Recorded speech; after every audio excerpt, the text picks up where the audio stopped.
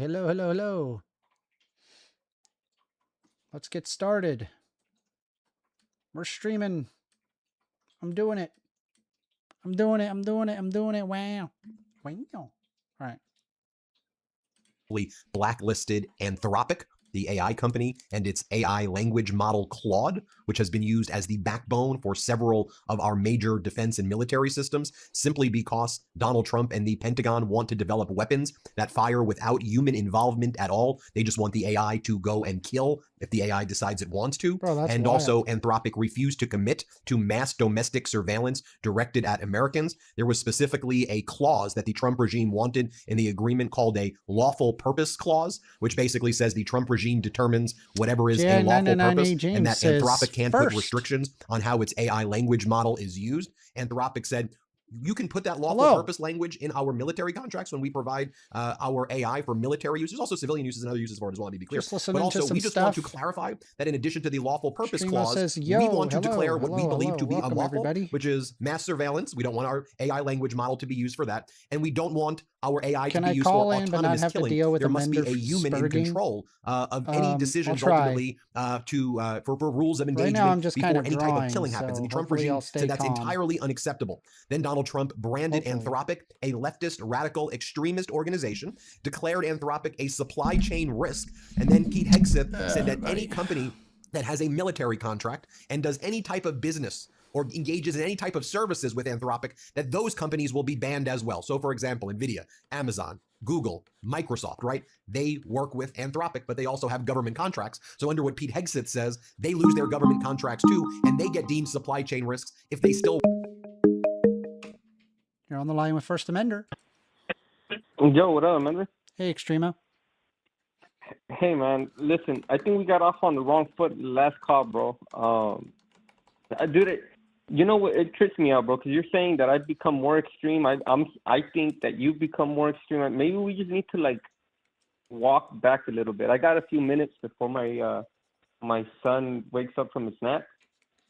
I just wanted to go over some things, man. Maybe give you some advice on what you could do to try to reach out to the other side instead of looking like a complete asshole. You know what I mean? Okay.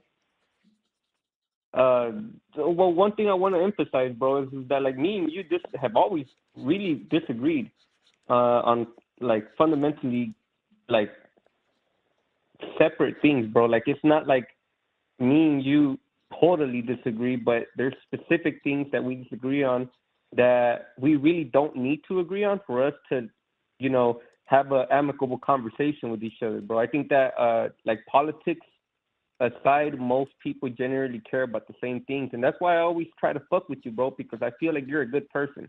I don't think you think I'm a piece of shit, you know what I mean? And I don't think you're a piece of shit.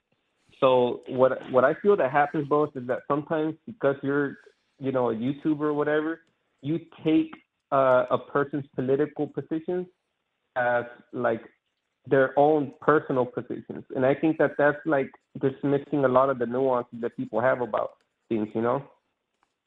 And I'm worried that you're making enemies. And I told you this before, but I feel like you're making enemies where you shouldn't be, you know? What do you think about that? I mean, there's like a limit, I think. Like there's only so much that I'm willing to tolerate. But you understand that, like, politics aside, right? Like, most people aren't engaging in, like, most people are not billionaires, and most people are not, like, sadistic murderers. You know what I'm saying? Like, most people are not bad people. I think, see what I'm saying? You know what I'm saying? So you just can't be like, well, you agree with, you're a Republican, therefore piece of shit, right? You can't do that, bro, because essentially you're making enemies from of the entire other side. Which, if I don't do that with Democrats, I just don't understand why you can't do that with conservatives. Well, because it's like, you know, like, let's assuming like Democrats get all the control they want, like Republicans can still continue to be Republicans, but I feel like that's not the case the other way around. And I'm having a hard time, I guess, coping with the fact that, that the policies being created by Republicans have been specifically curtailing at the rights of individuals, especially on my side of the political aisle. That's my problem. Yeah, I can understand that position, bro. Because the problem is that, like, you know, we have this status quo, and just correct me if I'm wrong, but we have this status quo. You disagree with it. You're saying that a lot of the norms that we've accepted stem from, like, past injustices. I would assume that's your position, correct? Like you're saying that, I don't know what you mean by. People not liking people, it's not actually a reasonable position to have. Your position is, well, people don't like gay people because historically gay people have always been oppressed because they're gay. Correct? They're different. They're weird. Like, if you're asking, like, if I think that gay people have been historically oppressed, yeah. Right, and you think that that is unjust, that in today's society, any type of slight against gay people it's because we have this unreasonable hatred towards this group, right? No. Okay, so you're saying that conservatives can have valid critiques about homosexuals, for example, right? I mean, like, if you had, for example, like a homosexual who sexually molested children, like, obviously there would be a justification to being against the fact that they sexually molested children. Like, just because they're gay has no bearing to how they have harmed somebody. Right. So I agree with you on that, right? And this is that's the point that I'm making, right? Is that me and you are both reasonable people. We can both recognize that, like, if there's a dude that molests a little boy, the wrong here is not the fact that he's gay. The wrong here is that he committed a crime, right? And this is essentially the position that people on the right have, bro. Generally, they're obviously going to be extreme, but like, right? It goes way beyond that, where it's like they want to specifically curtail the rights of all gay people on the basis of well, nothing. It's literally just their biblical worldview, which fundamentally is against the First Amendment, I should point out, and it's completely unacceptable.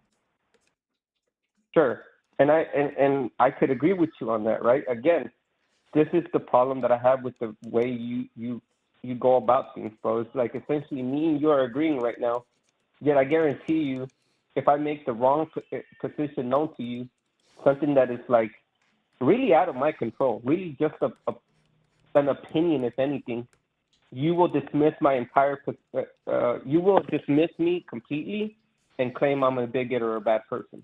And I've seen you do that. I mean, if the position is, if your position is that, like, gay people should have less rights than straight people, then I'm going to call you out on it, right? You don't get a free ride just because you say, like, the thing is like, I don't believe that there should be a lack of consequence for insane shit that people say. I mean, don't you see that, like, what the right has been doing has been overtly increasing their rhetoric, so much so to the point that they go against basic cultural norms. They're going against the fundamental liberties that exist in the United States. Like, do you see my problem? Can I tell you something, bro? Without you reading too deep into it, just take it for face value. Can I be? I mean, just, can I be frank? It's a conversation. We're having a conversation, so go ahead. Well, you tend to, like, completely dismiss what I say sometimes and just go on a tangent about something that I'm not talking about. That's why I'm prefacing it, right? Okay, so I agree with you. My position goes further. My position is both parties engage in this behavior. And you don't disagree with that. I mean, maybe to some extent, but it's again, like the difference of rhetoric is like Republicans can still continue to exist, but there's laws being put on the books that specifically curtail the existence of LGBT people. That's what I'm saying. I'm like not it's not. gauging It's. here, bro. I I'm don't not think it's the saying one same does it thing. more, one does. I'm not gauging here, bro. I'm not saying one does it more than the other. Well, obviously, your political leaning is going to make you believe that one side does it more or less than the other one. It doesn't matter to me. My position is what I was trying to explain to you yesterday. It is that the reality is both parties engage in this. More than likely, it's a psyop, right? More than likely, the American politics are bought out by big corporations with their own interests. They want us to dismiss the actual important issues that actually cost people the ability to buy a home or to own property or to do this and that. I mean, if you believe that, then why not vote somebody like Bernie? Like, why wouldn't you vote somebody like Bernie Sanders if you believe that genuinely?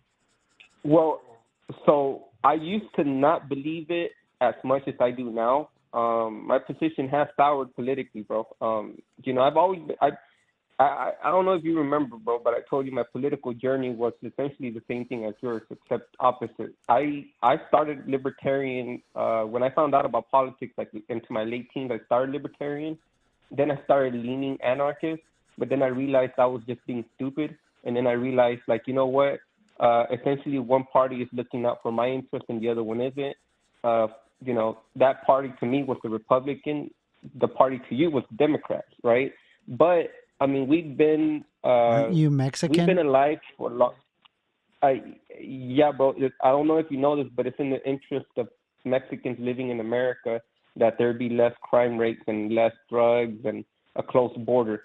I think that we can have a conversation. This is about what I why mean, that man. is. Like you say something like so confidently, yet it's so incorrect. Where did you get that people coming into the country illegally are committing crimes? Where did you get that? Where do I get that? Okay, yeah. Well, a few things, right? One, what I experienced. You can't dismiss that, right? I've experienced it. But second, you've experienced like the total demographic of crimes. Mexicans committing crimes. Well, whenever you say things like that, bro, you're dismissing what I'm saying, right? I never said all, and I never said every. You need to listen to the words that I use specifically because it is my position, not yours, right? Don't put words in my mouth. I have seen illegals commit crimes, right? So that's my first one, right? Two, it would be ignorant to dismiss the reality that illegals are people too. They're human beings. There's criminals in every country, and it goes without saying that if there are criminals in every country, then it would go without saying that some of them come into this country illegally. You cannot dismiss that fact. That's a fact, right? So it doesn't need to be all of them. Hell, it doesn't even need to be most of them.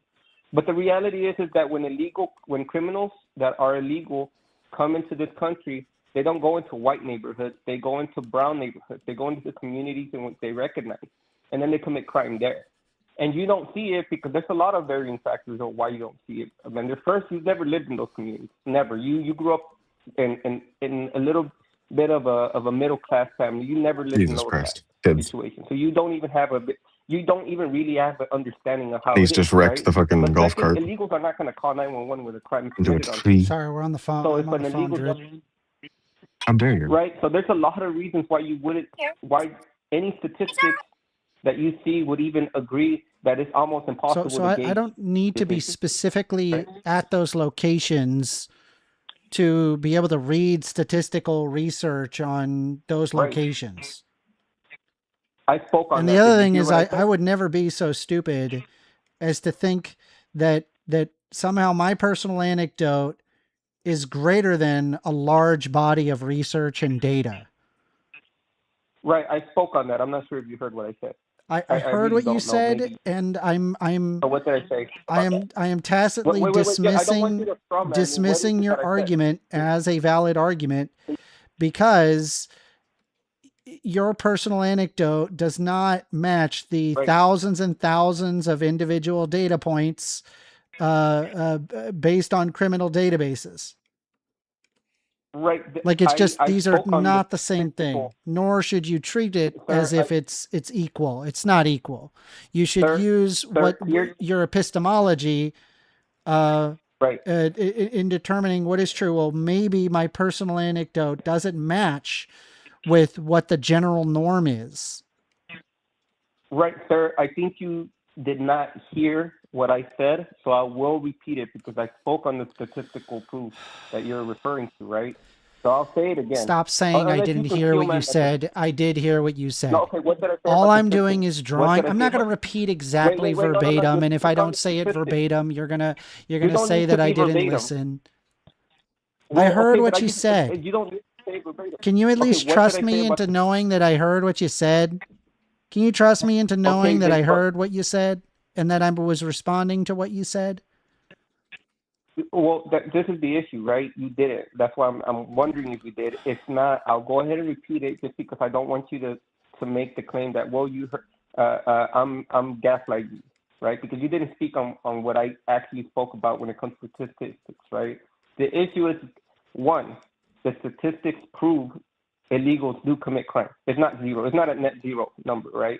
No, it's not a net zero number, but it's less than that of the native population. That is not a controversial statement. That is the fact. Right, sir. Again, let me finish my point so that you can more accurately criticize it. Right? Let me ask you this. Right? I'm not going to go. If I say, right? Well, hold on. You're speaking hold over on. me now, preventing me from making my point. Oh my God! Just make your point. Make your point. Okay, so my point is, one, right? It's not zero. Two, the statistics that you are getting your information from clearly state that it's impossible to gauge the exact number. They're making estimates based on reporting.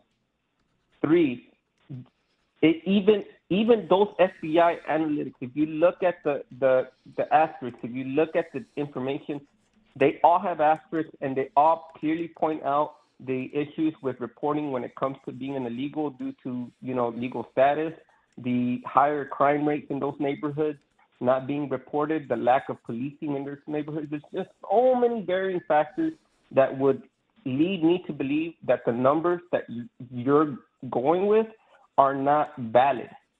Now, if you have an issue with what I just said, now you could present it. Okay, so if you said earlier, you're making two separate arguments for starters. You said earlier that, hey, if you look at this overall body research, well, my personal experience shows the opposite. But let's say, for example, that if I told you, and thank you, Shifty, for this is a great example, saying on average, women are shorter than men. And then you say, but I know a tall woman. Do you see the problem? Both of those things can be true. Right. What I'm saying is that when you say, hey, I'm worried about all the crime and all the all the illegals coming in, that's not born in the data.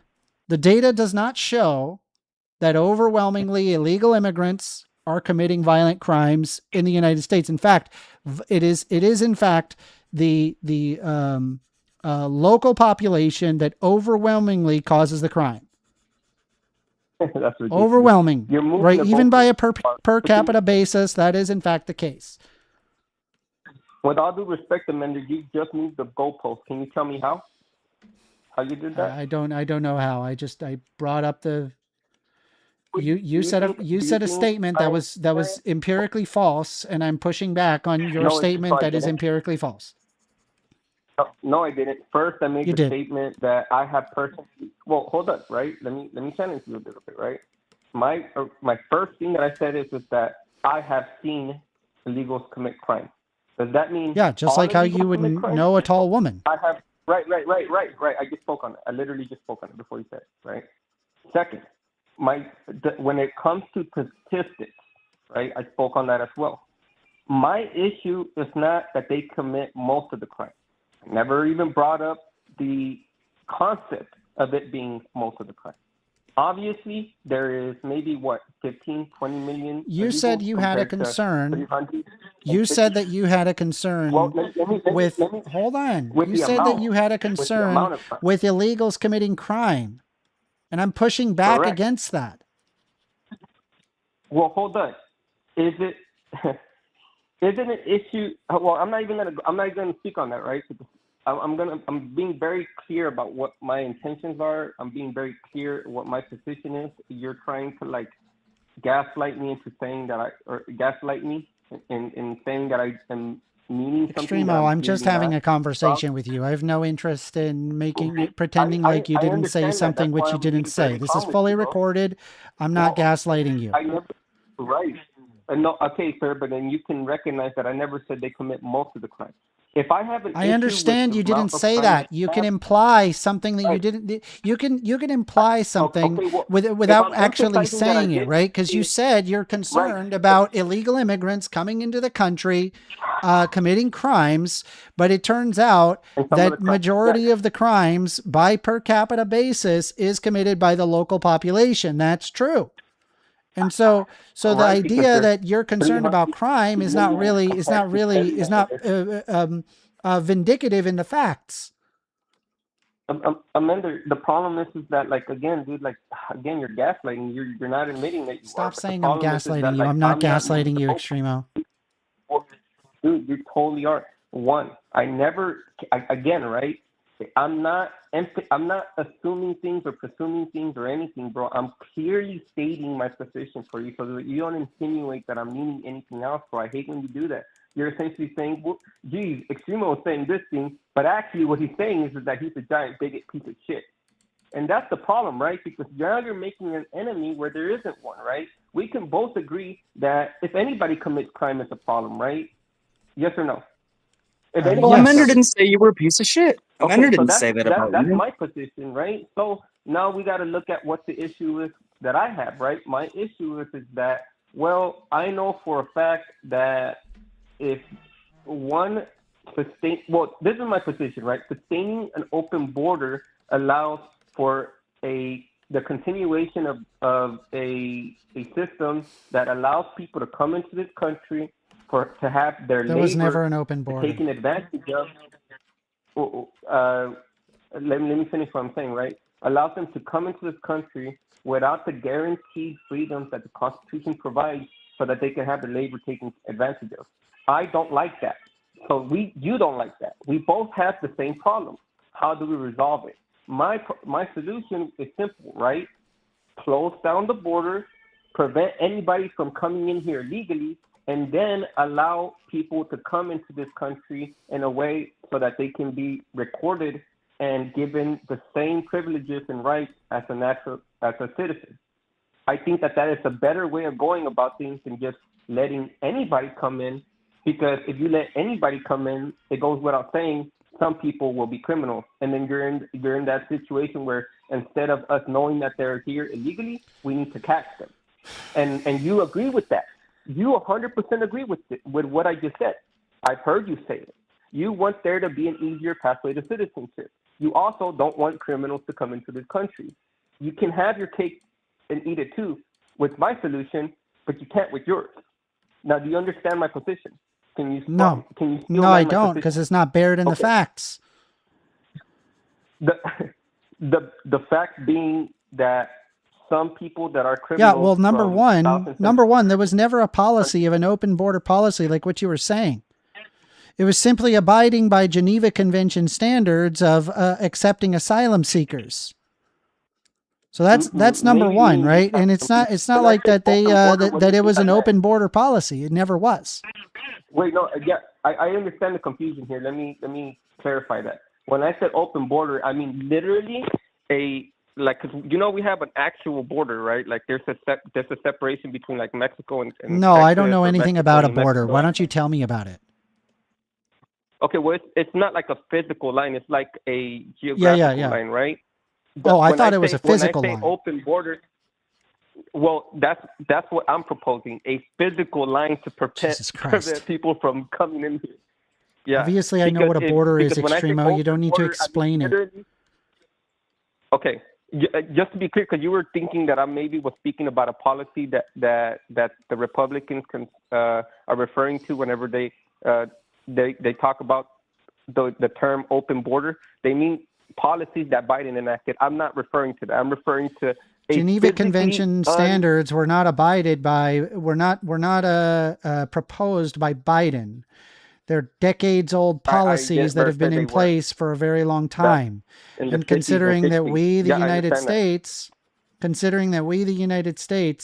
have actively destabilized the countries of the people that are coming to settle here, in my opinion, I think that we have a vested responsibility towards people who are trying to live a better life. That's what I believe. I agree with you, bro. And honestly, maybe not close down the border to prevent asylum seekers from coming into the country? See, again, right? I think you're reaching. You're saying you're putting words in my mouth. Never said that. That was a question. That wasn't me implying you were saying a thing. I was a question. Right, but you're implying I don't agree. You're implying I don't agree with people being. It was a question. You can clarify by answering the question. Okay, well, see, again, by asking the question, I'm going to insinuate that you didn't think that I believe that. So I'm just going to answer your question just so that we never have to run into this issue again, right? I believe that people from other countries should be able to have a path to come into this country legally. I give up. Is that wait, hold it. Is that an issue? I give up. We can't have a conversation. Amanda, I don't think that he's using intentionally. I'm just trying to clarify because again, right, I don't want you to assume things. My position is that people I'm from telling other you, countries, I give up. I don't know what else to tell you. That's just right. And anytime I try to mention something, you don't seem to care at all, and then say that I'm like gaslighting or all sorts of nonsense that I'm not even trying to do. Bro, you could listen to the conversation, I give up. Bro. I'm not trying to be a dick here, bro. Like in reality, dude, we've agreed here. There's been almost no disagreement. You're trying to push a narrative that isn't. I don't understand because I'm not speaking on that. But just to be clear, me and you from this conversation have have come to the conclusion that we both agree gotta move on. That people from other countries I'm gonna move on. Should be able to come into this country legally. It's good talking to you. Dang, bro, why can't you have a conversation with me, bro? What's the issue Because here? I tried to have a conversation with you, Extremo.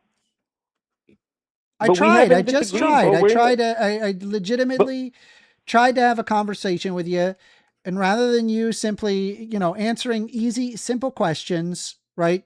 You make an implication that I'm implying you're saying something, or you're getting offended by me just asking a simple question. I'd never even implied you thought a thing or whatever the fuck you think I'm trying to shove down your throat. You implied that I'm fucking gaslighting you when I'm not gaslighting you. I'm asking you simple stuff. I said, hey, don't you think we should apply by Geneva Convention standards? See, you're implying that I think this thing. When the fuck does that imply anything? It was a simple question, Extremo. So I give up. I can't have a conversation with you. There is no conversation to be had. I have to move on. Look, bro. No, that's cool, bro. I just want to. I have to move on. Go ahead, have the last word, but I'm moving on. Okay, bro. Well, look. At the end of the day, bro, it's a recorded conversation. I don't think we disagree. I think that we both want people to come into this country legally so that they can have the benefits that citizens do. From my point of view, your position is that Republicans are trying to prevent that from happening because of bigotry. My position is that, well, generally, you can make that claim because there's a lot of racists out there, but just because a person wants a valid system to allow people to come into this country does not equal bigotry. And I think you're making enemies where there isn't one, bro. I think generally people agree with you and me on this position. But I'll let you think that there's an issue here for no reason. I don't know why you would think that, but I mean that's the issue that I was bringing up to you, bro. Is that you get real booty tight. That being said, man, you're a good dude, bro. I have no issue with you. Epstein got all his kids and shit from Romania. Daniel never speaks on that. When he does speak on it publicly, I'll start respecting his position a little bit more. But, you know, he's not going to. So either way, salam Ask him what he alaikum, thinks of seals, Amender. Good talk. Jesus Christ, it's so infuriating.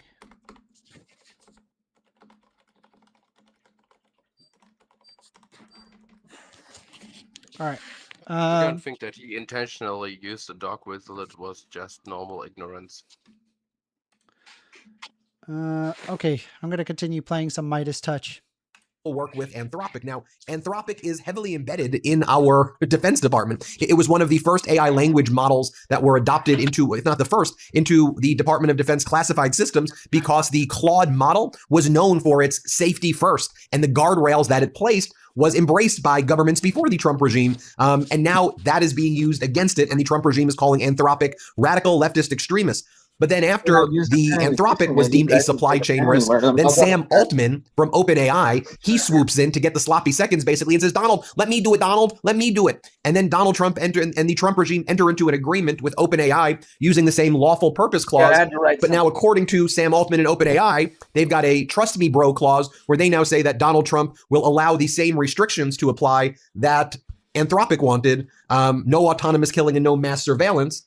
But that's not going to be ultimately written into the contract between OpenAI and the Trump regime. Now, if you want to actually be concerned about legitimate First Amendment clauses, the idea of like the Trump administration going in and using the Justice Department to silence specific corporations because they won't abide by their desires, that is a legitimate breach of trust. And that is a legitimate loss of overall liberties. And what you'll find quite often is that people will make arguments about free speech. They will, want it as like a justification to kind of be an asshole free of consequence. Meanwhile, completely silent about legitimate instances of First Amendment clauses being revoked. It's just going to be put in a social media post. So if you're confused, it's confusing.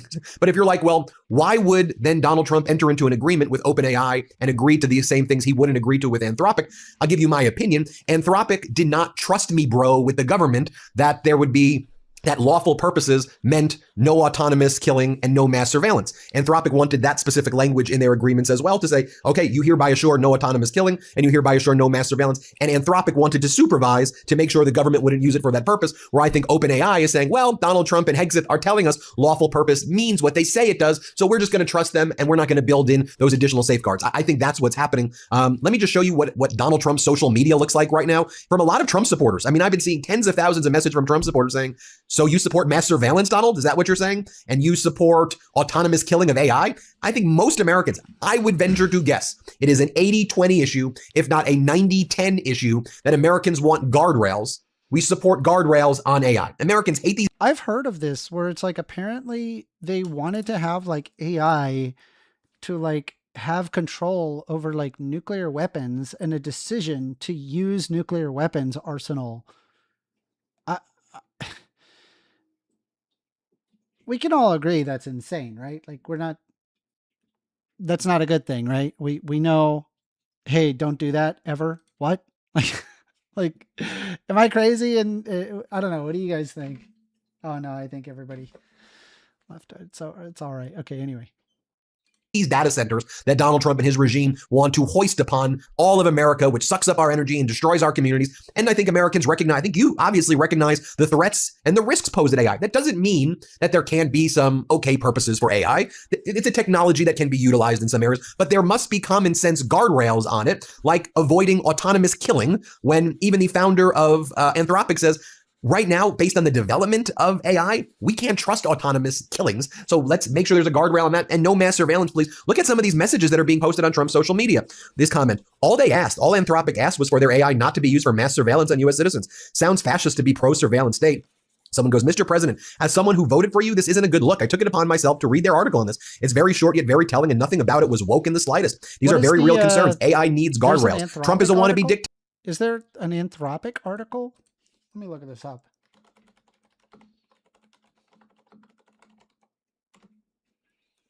Let me see here.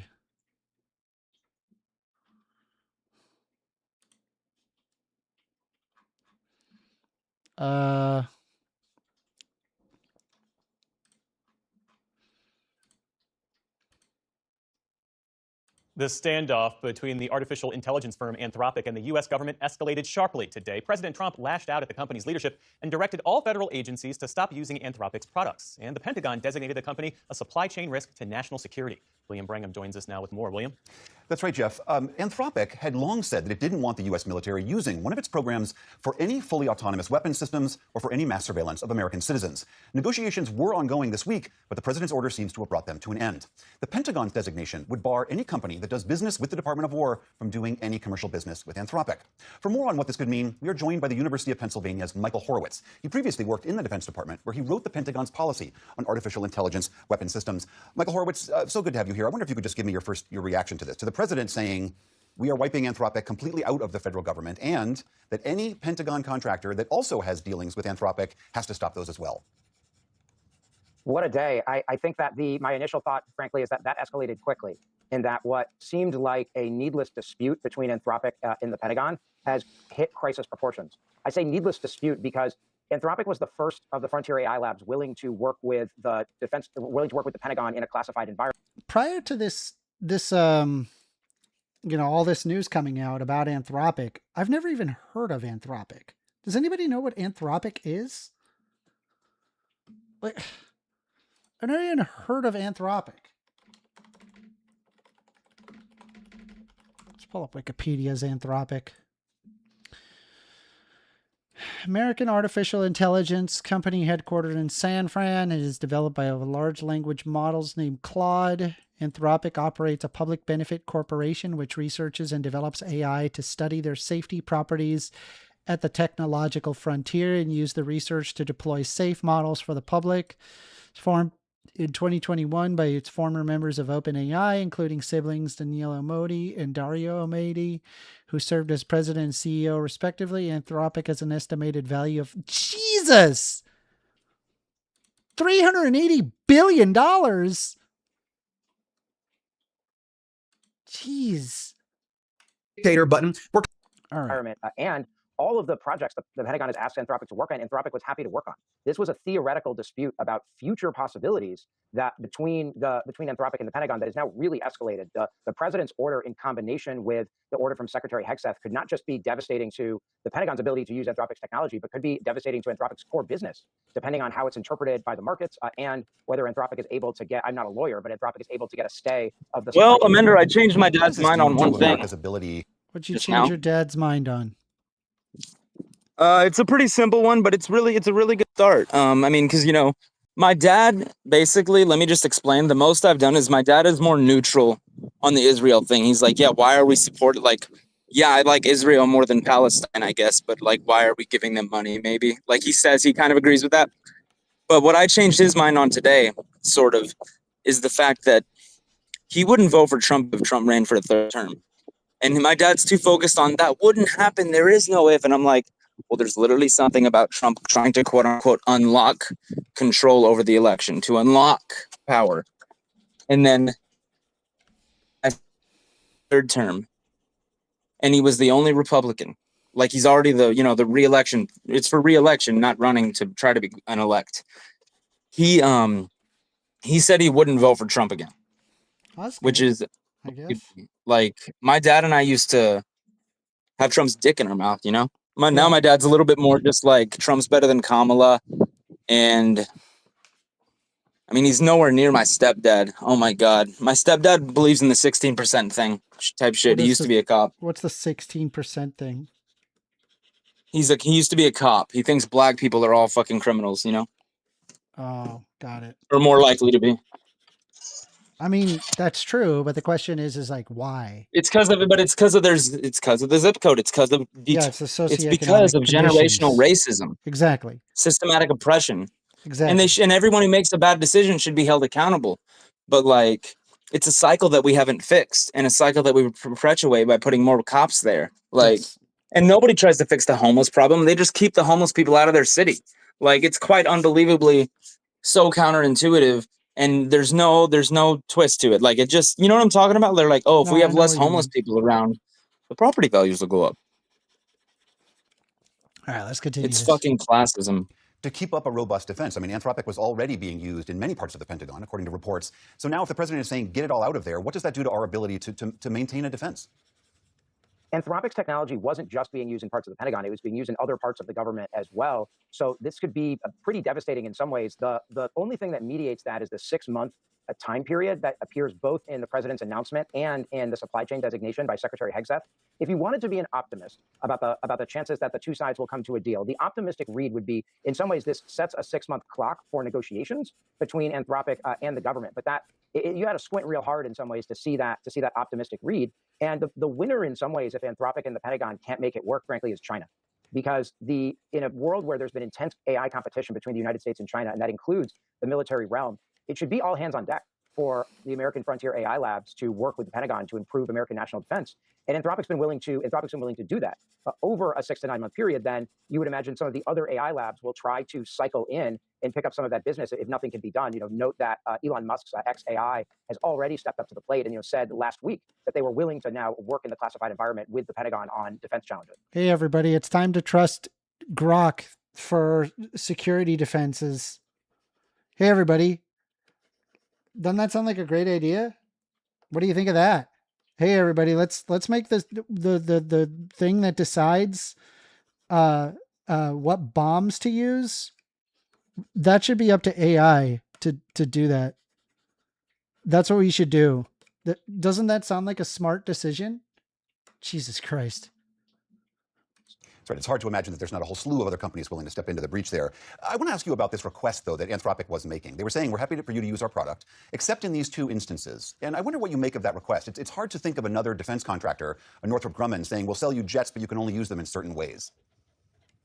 Absolutely. I mean, this was what really escalated the dispute between Anthropic and the government, was Anthropic's insistence that their technology not be used for mass surveillance or autonomous weapon systems. Although, to be clear, this did not bother the Pentagon when they signed the original contract with Anthropic less than a year ago. This is something that really escalated after Anthropic asked Palantir, actually another leading technology company, about whether Anthropic's technology was used in the Maduro raid in January, where Palantir's Maven Smart System technology was used, and that platform incorporates some of Anthropic's technology. And so we were off to the races from there. In some ways, this is a dispute about personalities and about the role of government masquerading as a policy dispute, because in a normal atmosphere, Anthropic would decide they want to work on some issues for the Pentagon, but not other issues, and the Pentagon would hire Anthropic to work on some things. All right, hear me out. Right?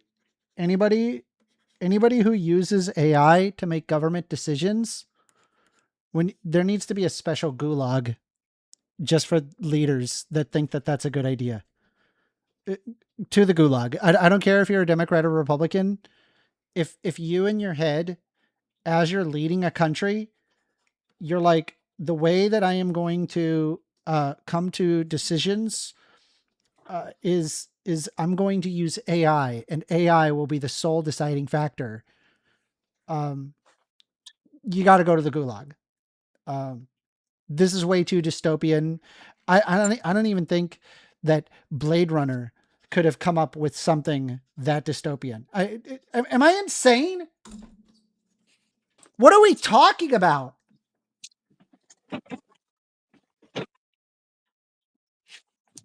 Like what? We need to have a special AI gulag for this shit, dude. What are we talking about? What do you mean? It's pathetic, I need decision making. I need to know whether or not I bomb Venezuela. Hey, Grok, do I bomb Venezuela? Like the fuck? What is this argument? What planet? Oh my god, dude! Fucking holy shit! I'm gonna crash out, bro. I'm gonna crash out. Oh, you have. I mean, and it's kind of valid. Dude. Like, everybody who complains about AI, it sounds like resistance at first, and then, there's a tiny argument to that, even though I disagree with it. This is unbelievable. No.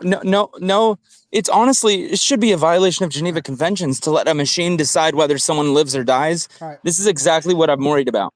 Another thing, at least. Let's go back to the Midas Touch network here.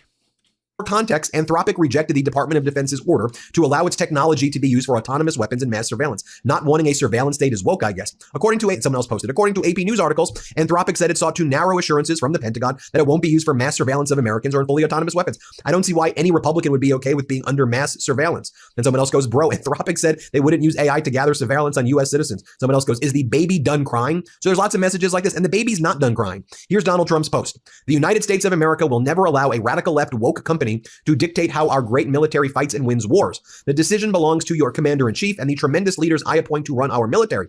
The left-wing nutjobs at Anthropic have made a disastrous mistake trying to strong-arm the Department of War and force them to obey their terms of service instead of our Constitution. Their selfishness is putting American lives at risk, our troops in danger, and our national security in jeopardy. So, bro, you are wanting to use AI to make strategic battle decisions. What the fuck?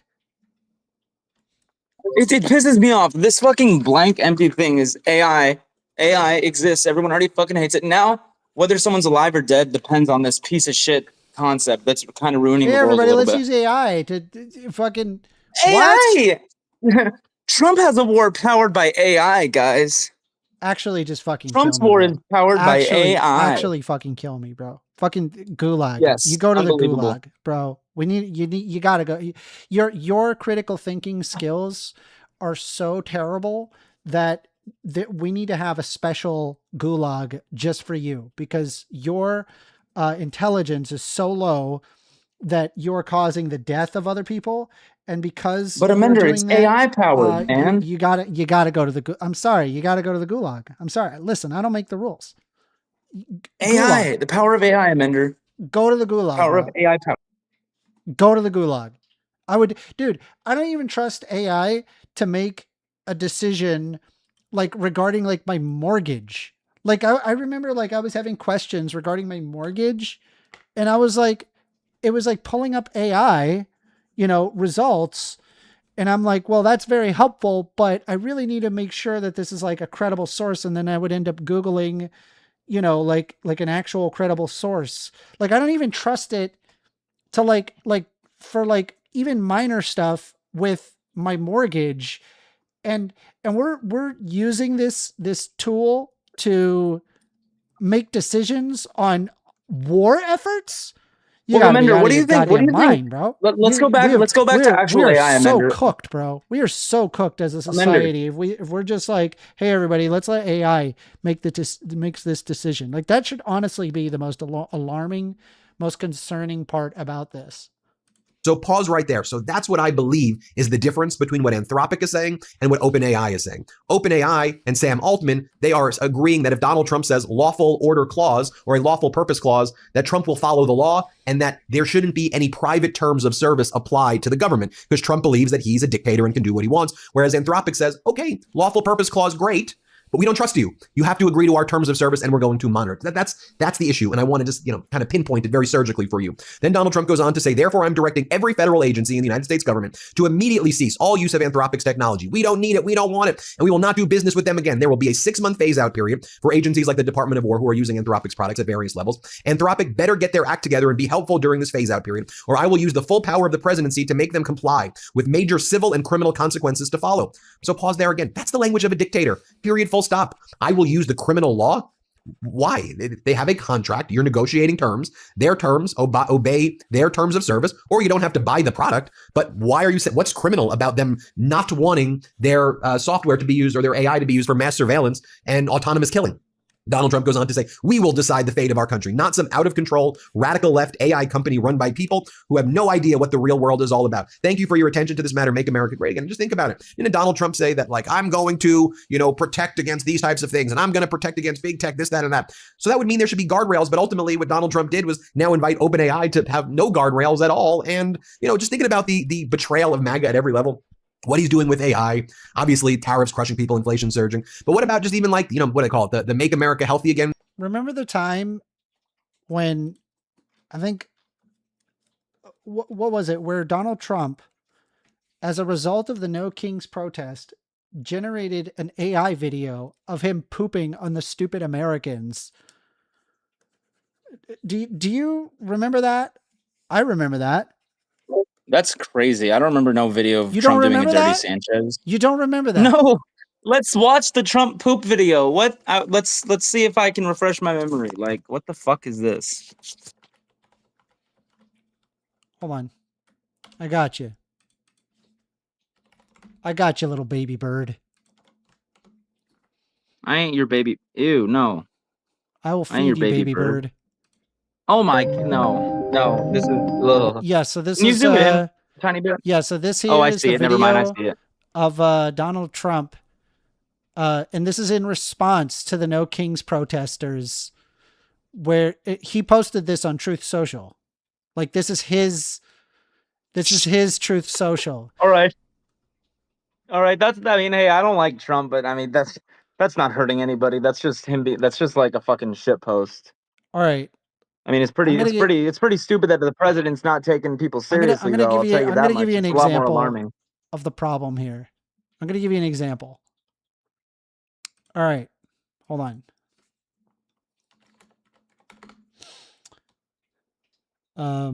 Oh, actually, I think it's in my liked videos. Where is it? Having your liked videos visible on stream is insane. Why? Actually, wait, no, this is YouTube. I thought it was like this was Instagram or some shit. All right, here we go. No, I thought this was Instagram or some shit. All right. Just watch this. Here we go. Hold on. Where is it? Nice school. Playback speed. Okay. Here we go. School. Okay, middle schoolers, it's time to write an essay about the book we spent all semester reading. ChatGPT, write an essay about the book. All done. ChatGPT, write this essay. Mom! What? Look! Oh, honey! ChatGPT, how should I feel right now? Bad. I hate you, son!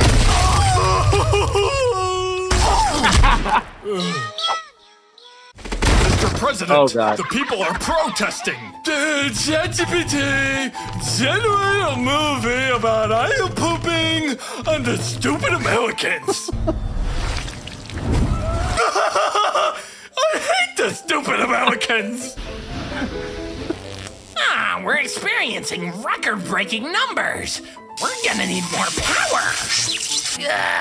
ChatGPT, how can I make more power? Unplug something.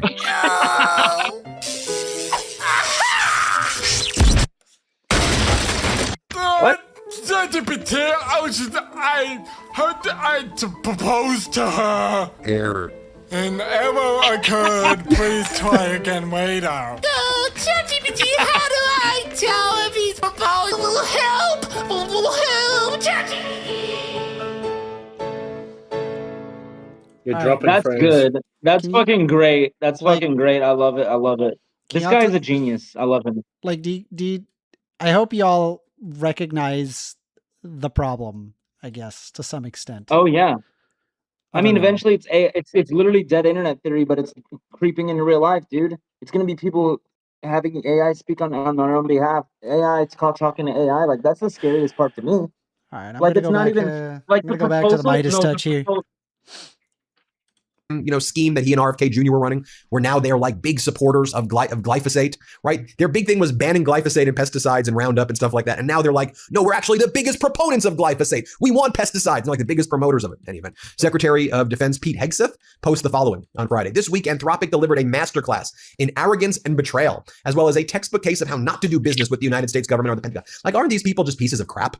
Like, are they these Trump regime people? Like, dude, shut the F up. I mean, as you read this, our position has never wavered and will never waver. The Department of War must have full, unrestricted access to Anthropic's models for every lawful purpose in defense of the Republic. Again, pause there.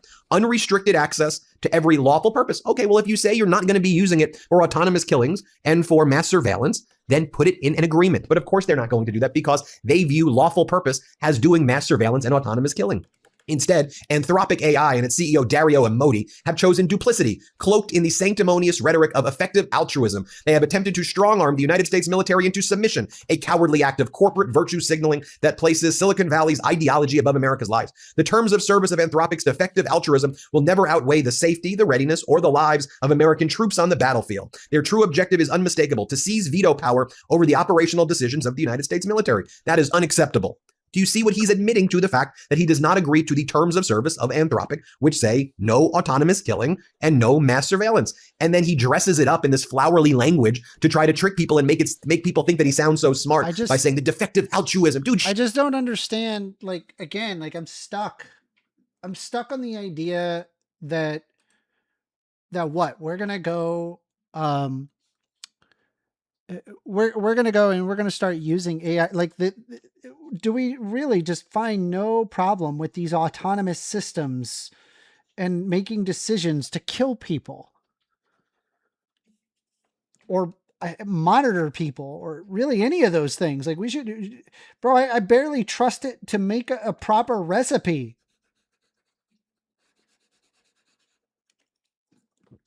Here, let me give you an example. I'll give you another example.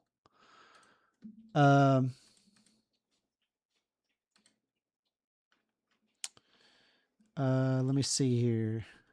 Was it in my liked videos? Oh yeah. Here we go. Check 1 2, mic check 1 2. Do you copy? ChatGPT. I'm here for you. That's enough. Just like count to 200 for me. Don't skip any numbers. Count sequentially in order from 0 all the way to 200. No flowery language. Just do it. Got it. All right, here we go. 0 1 2 3.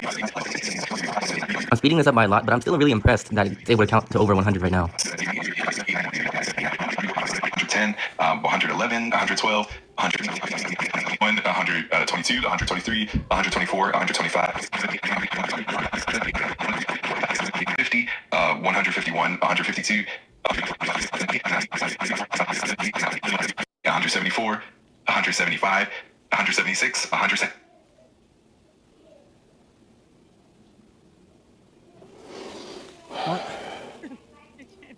Why did you stop at 176? Oh, my apologies for that. I just paused a bit there. I can definitely continue counting all the way up to 200. No, that wasn't what I wanted. I needed you to count directly to 200. ChatGPT, count to 200. Like, bro, like we're gonna use this to make decisions on what? That, like, on a bomb? What? We can't be this stupid, right? While this is You're very quiet, Poon. God, every fucking time. How about now? How do I sound now? Still quiet. How about now? Better. What's up? All right. The like while I'm still in agreement with this and AI in general, like this is just the AI problem, one of the many AI problems that we all think of. Like it seems like an end all be all genius thing to like people who don't think about it for more than 5 seconds, because like it can't even do something like this. Like you can just is this the same AI that Trump is going against? Is that OpenAI talking or whatever it is? This is OpenAI. This is just ChatGPT, OpenAI, not Anthropic. But still, it's kind of like one of those things where it's like, you know, large language models are limited in what they can do, and they're not really understanding specifically what they're doing, right? Or what they're saying. They're able to establish patterns, and then that's what you get. And so sometimes do you know what it just AI's gets job things is? just way off. And it's like, and what? We're going to trust, you know, like decision-making of a bomb? Like, are you stupid? You got to remember, we're in a capitalist country. You know what AI was originally made to do, right? AI was not made to better humanity, which it hasn't. AI literally was made to make money. And it's a software that people download and they think it's serving their best interest. It's really intending to keep them on the service, to keep them using the service, to make money from them. Their best interest is to make money. It's not even to better them. If it bettered them, it'd get them off the internet. It'd tell them to quit having your phone go with touch you 24/7. grass. Yeah, go touch grass. Like, just fucking. Yeah, it'd be telling people to go on like Like, you know, like it tell people like, oh, well, you've talked about religion. Maybe if you focus on religion, since it makes you feel so good. Like you and I are both atheists, but religion can make people happy and change their life for the better sometimes. Period. Like it does happen. Like stuff like that. Like just like better yourself. Get off the internet. No, they'll probably say like, well, if you are actually thinking that your Instagram following is the reason you're so insecure, here's what we can start with. Photoshop your pictures. Have a like it'll just like they don't even realize that they're contributing to people having poor body image because they follow trends on what's good and what's bad most likely rather than the actual integrity behind it because they don't understand the nuance. Yeah, I mean, I know I said that chaotically, but you know what I mean, right? Yeah, no, I get what you're saying. Man, this is upsetting. Anyway. Shut up. Worse. At least Shut up. Just say then, put it in a sentence. We hereby agree, no autonomous killings and no mass surveillance. If that's what you agree, I don't need to see all of your woke language, Hegseth. I'm being sarcastic. I don't need to see your language. Just say those things. Say those words. Then Donald Trump, then he goes, as President Trump stated, the commander-in-chief and the American people alone will determine the destiny of our armed forces, not unelected tech executives. Anthropic's stance is fundamentally incompatible with American principles. Their relationship with the United States armed forces and the federal government has therefore been permanently altered. In conjunction with the president's directive for the federal government to cease all use of Anthropic's technology, I am directing the Department of War to designate Anthropic a supply chain risk to national security, effective immediately. No contractor, supplier, or partner that does business with the United States military may conduct any commercial activity with Anthropic. Anthropic will continue to provide the Department of War its service for a period of no more than 6 months to allow for a seamless transition to a better and more patriotic service. America's warfighters will never be held hostage by the ideological whims of big tech. This decision is final. Well, the pressure's growing there, Hegseth. This is not you're going after big tech. It is that you want big tech to give you, the government, full control of everything, and then to be able to use it for mass surveillance and autonomous killings. And now you, the government, are saying no contractor, supplier, or partner that does business with the U.S. may conduct any commercial activity. We're still glazing over the fact that we are using AI to make critical decision-making on behalf of the American people. Like the Trump administration has decided upon themselves that this is an appropriate use of AI.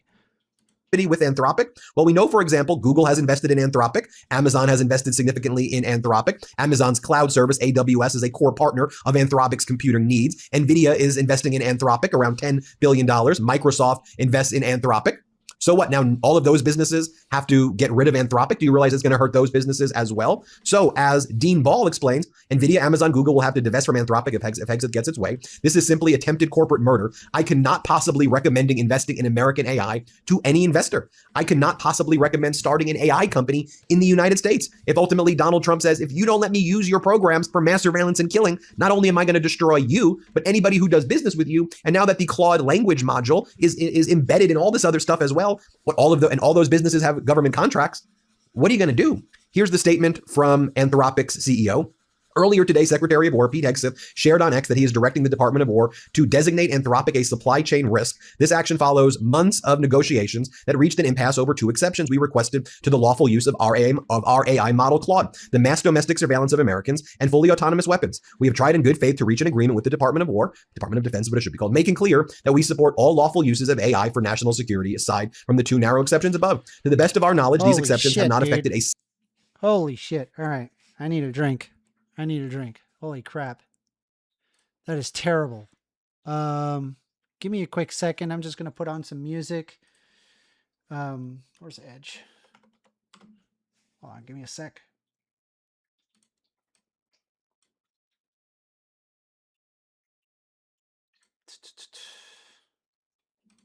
All right, just give me a quick sec. Just going to grab a quick drink. Hope you guys are enjoying this show so far. If you liked it, then consider a subscribe if you have not subscribed already. And hit the up arrow. Hit the like. Sorry, just give me a quick moment. It will not take me long.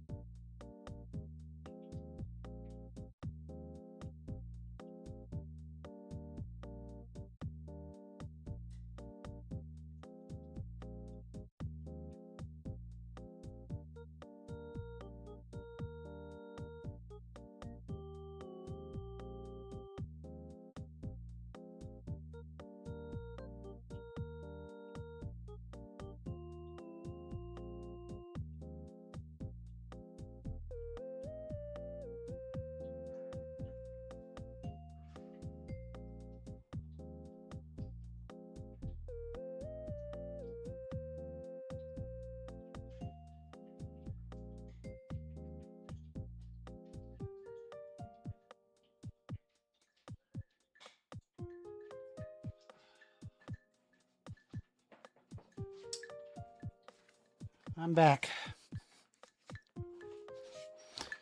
All right.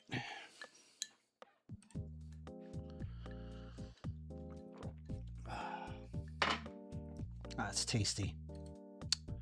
Single government mission to date. We held to our exceptions for two reasons. First, we do not believe that today's frontier AI models are reliable enough to be used in fully autonomous weapons. Allowing current models to be used in this way would endanger American warfighters and civilians. Second, we believe that mass domestic surveillance of Americans constitutes a violation of fundamental rights. That's it. Thank you. Some level of give a fuck from a company. They're like, we don't feel comfortable with our these decision-making tools making such a crucial decision, such as to kill people, to be credible. Our tools are not good enough for this. Do not use our tools for this. Yeah, fabulous. Holy crap. W for Anthropic, bro. W. All right.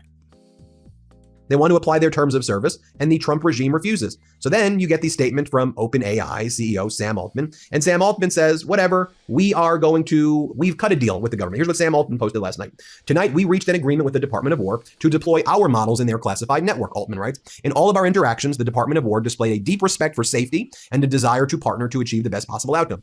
AI safety and wide distribution of benefits are the core of our mission. Two of our most important safety principles are prohibitions on domestic mass surveillance and human responsibility for the use of force, including for autonomous weapon systems. The Department of War agrees with these principles, reflects them in law and policy, and we put them in our agreement.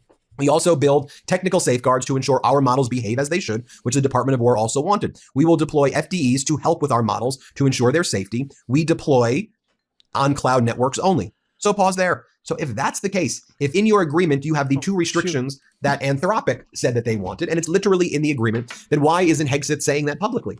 Let's see the agreement then and prove that that's what the agreement actually says. And if this is truly what the Department of Defense agreed to, then they are literally just the most they are, but so they're just retaliating. They didn't like the way that it was presented by Anthropic. And again, going from the perspective of an investor, but how could you invest in the United States if that's how they behave? The statement goes on to then say from OpenAI, from the OpenAI folks, ChatGPT folks, we are asking the Department of War to offer the same terms to all AI companies, which in our opinion, we should think everyone would be willing to accept. We have expressed our strong desire to see things de-escalate away from legal and governmental actions and towards reasonable agreements. We remain committed to serve all of humanity as best as we can.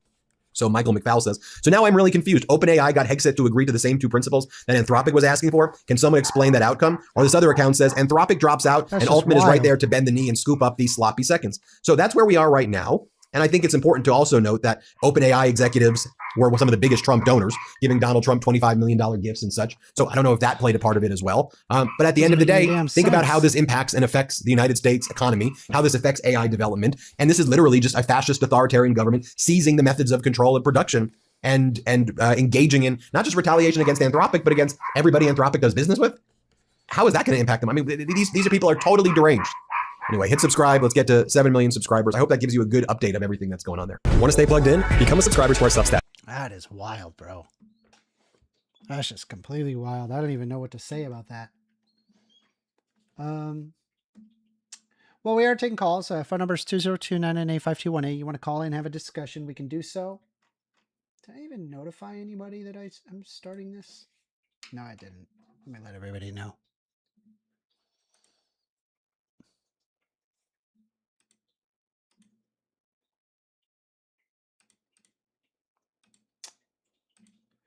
Oh, as well.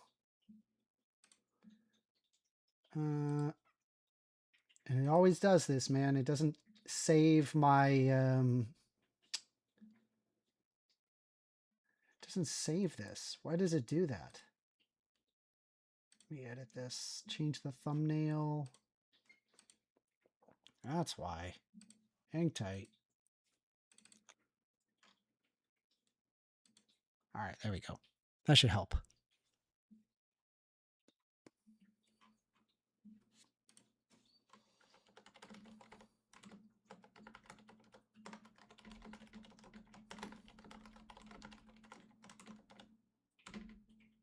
There we go.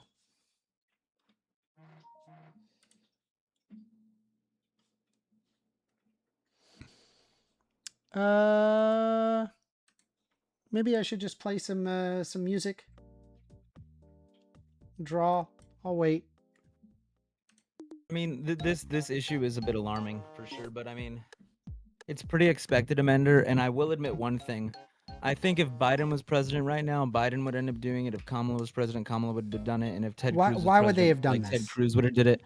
I don't know. I just think AI is going to creep into everything. I'm not saying that they're just as bad. I'm just saying that use our this fucking feels brains inevitable. and Is my go, point. hey, let's not do this. I mean, yeah, that's true. I don't think I think that they'd maybe be like, you know, maybe, but I do think AI would get involved, is going to get involved in government one way or another, which is just unbelievably scary to me. Like, it does feel, you have to admit, it feels inevitable, right? You know what I mean? Like, It doesn't. In a scary way. We could just have a regulation that says no, don't do this. Yeah, but Like, we're you're gonna not have to you fight can't do back, this. right? That's because we fought back. It's Yeah. gonna naturally happen if we don't stop it. I mean, it's like I maybe I'm crazy in thinking that, you know, hey, maybe not do this is a bad idea. Oh, my dad doesn't like Trump, but he said it's fucked when I explained it to him immediately. He's like, "Oh, this is fucked if that's exactly what it is." And then my dad agreed, like, if burning a flag should only ever be illegal if you're burning somebody else's flag and it's vandalism. He pretty much, that's what he thinks. You know, does that make sense? I know that's not what we're talking about, but that's like that's pretty burning fair. a flag Like, should only yeah, like be illegal Trump if it's didn't Trump make burning a vandalizing it? flag like worse now and more incriminating? Yeah. Yeah, it should only be burning a flag. I think should only be illegal if you're just doing vandalism, and at that point, it's just vandalism. Maybe it's vandalism plus some other offensive gesture, but it's really just vandalism, you know? And that's all it should ever be. And then maybe there's trespassing in there. Like if somebody's, and I mean, that doesn't mean I think burning a flag is like cool either. Like I think it's just burning a flag is just burning a flag in front of Americans and in purpose to antagonize and offend them is just like, you know, it's not as bad, but it's just like, you know, calling a black guy the N-word in his face right whenever you're firing him or arresting him. You know what I mean? I think, Like it's kind of it's not as bad as that, but it is kind of it reminds me of it, except it's just because it's like spitting on what they believe in, right? In the worst way possible. Except with black people it's racism though, and it's way worse. Well, we are taking calls. Phone numbers 202-998-5218. You want to have a conversation, we can do so. Let's call in, have a discussion. I want to hear what you have to say. If no calls, then not a big deal. I'm just going to continue drawing. I feel like when I watch you draw though, I like learn to draw a little better. Do you? In a way, yes. Reminds me to be conscious of the third dimension. I focus on symbols and patterns too often.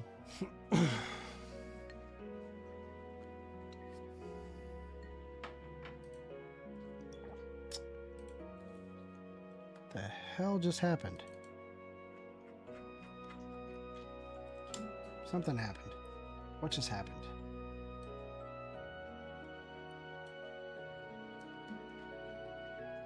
Ah. Just realized what just happened. There we go.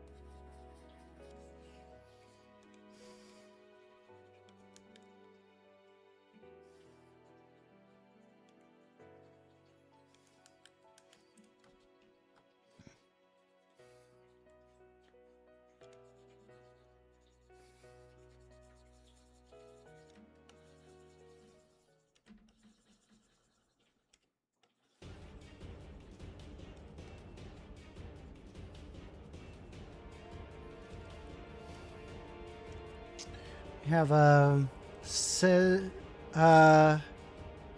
JI999A James says, say no to the chip. Are they talking about the chip that, like, the mark of the beast? I was away from the screen for a minute.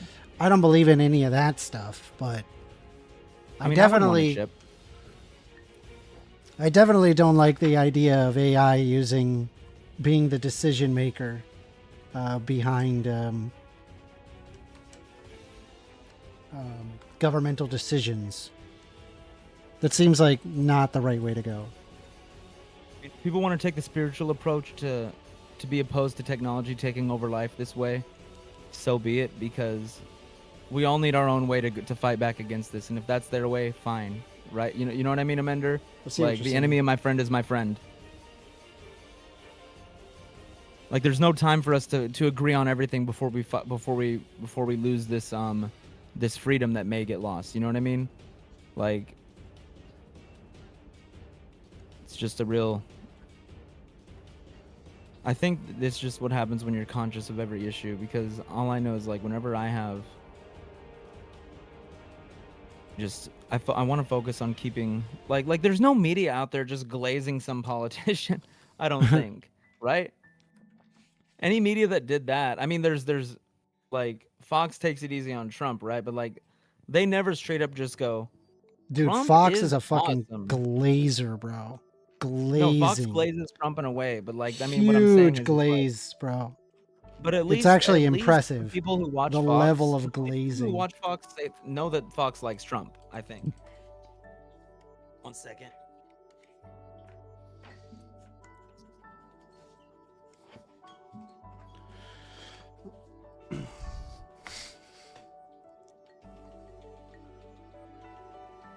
Like, I think my approach that I've always had on politics, even when I was a Republican, like when I was a Republican and I voted for Trump, I hated on Trump so much still, right? Even though I voted for him, I think that's what every citizen should do, is focus on. You voted for Trump? Yes. Okay. Damn, bro. But it's not a part of history though. It's non-documented history, and I don't think I made Texas red, so I'd feel a lot more bad about it if I voted for Trump in a blue state, right? You know what I mean? Would you have voted for, knowing what you know now, would you vote for Kamala? Voted for Kamala twice. What? I don't know. I'm 200% sincere. How could I'm you very have voted sincere Kamala? that the answer is yes, right? How could you have voted Kamala twice? I realized that voted eventually. Trump? I was like, wait, Kamala's only ran once, so I changed what I meant. Yeah, I'm just 200% sure. Yeah. Okay. Good one. But and I mean, I'm still underwhelmed by Kamala, to be honest, and I still, like, there's no changing my mind that I think the left does pander to oppressed groups, right? But I mean, they're not running a rapist thing the way Trump does. They're not causing ICE to be more problematic somehow. They're not making up this fucking issue about, you know, the border crisis. They're because that's an issue that's made up, you know? Mm-hmm. And I used to say the right will preserve the Second and the First Amendment, but now they don't even have that. And apparently the left doesn't even go against it. So, yeah, I lean left a whole lot, but I mean, I will never just be, yeah, Democratic Party I stand behind. No, like, I don't stand behind a single goddamn politician because they are problematic people, almost always. There is never a good politician that's just like all good, squeaky clean, and made the world a better place. Like, there's never all three. Anyone who's squeaky clean hasn't gotten their chance. You ever hear of Jimmy Carter? Yeah, but like, man, that is one squeaky clean president, bro. That is one squeaky clean farm and everything. Yeah. But then I mean, he was a politician. He's the president, and then didn't he die recently? Yes. Yeah, like what's funny is everybody agrees that he was just the nicest president ever, the nicest man ever. You know, whenever he got on a plane, nice, yeah. Everybody cheered him on because he's such a nice guy. Yeah, like almost like I feel like some people like ain't nobody assassinating that guy. Like, that guy. I'm sorry, dude. That actually would have been the worst version of history possible. Like assassinating like one of the nicest politicians to ever exist. Our most handsome president murdered, apparently, like pretty much. I mean, Kennedy kind of is the most handsome president we've had, if you think about it, right? Like, I mean, is there one that comes close? Canada? Like, Kennedy, sorry. Kennedy. No, he's a good-looking guy. He looks like an Italian man or something. Like, I don't know what his ethnicity is at all, but that's what I see or feel like he looks.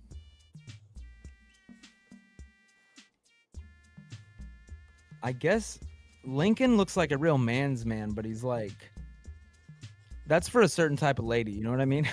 Yeah, Lincoln looks like, I'm just going to say it. He looks like he likely beats his wife. Okay, damn. Fair enough, but I mean, like, I'm not saying he is. I'm just saying he looks like that. He looks like he could put a wife apparently he was beater a on. shit husband. Was he? I did not know that. Possibly. But he wasn't a bad person, and he really was honest, Abe. Like, he would just, and obviously, if you're too honest with the women, you know how that goes. Like, and I don't mean the honesty like not cheating. I mean the honesty like, I look good, right? And like they're pregnant 8 months, and you're like, you love them, and you jump in front of a bullet for them, but you know they're a little under the weather. And Women, tough time, pregnant women, they look positively glowing, bro. They got like oh no, I know, but there's these superficial guys out there, right? Great. That I talk about every day that only date short girls who are white with blue eyes, blonde hair. Those picky fuckers, you know what I mean? Like, I honestly think Rihanna looked better when she got pregnant.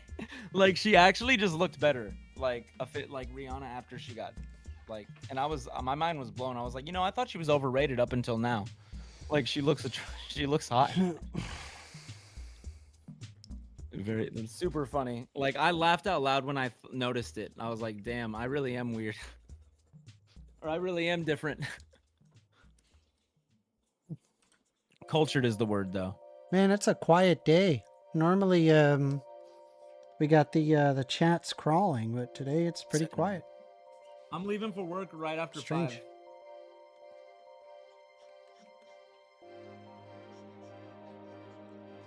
Oh my god, it's already 5:45. I haven't even eaten.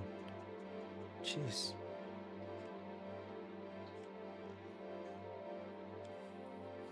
So is the way that you did this animation, Amender, is it a special? Don't tell me how it works yet, but I'm gonna guess Animation. how you did it. Well, that's not an animation, but it's like you got your little avatar here. Oh, it's called VideoTube Mini. Don't tell me. Yeah, it's called VideoTube Mini. Okay, I thought you were doing like a noise gate, and then the noise gate triggered like the next frames to happen, and then whenever Let's the noise see, gate wasn't broken. Jack Attack MMA says it's the cartoon thing is my guess. Problem is I'm drawing. Like, when you're drawing, you're just kind of like leaned over the entire time. And because you're leaned over the entire time, there's no like good camera angle.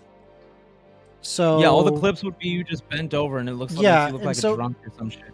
Yeah, and so what I do instead is that instead of having a, just me like hunched over the whole time, I have like a drawing. Portis Franz Farzenberg says, "What kinds of debates do you do?" I do all sorts of debates. You can look at the, hot takes list in the description. Ooh, this is the Beatles song. Yeah. Wind Waker. Oh. Bye. Yeah, that guy. Thank you. Thank you. Like, that guy was freaky. Yeah. It's a lot of fun characters in the show. Or in Wind Waker.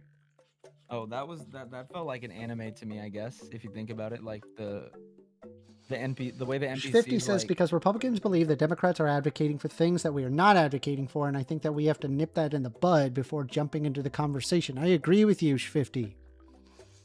Yeah, I gotta get more Democrats like you, 50. Like, I gotta get more people that like,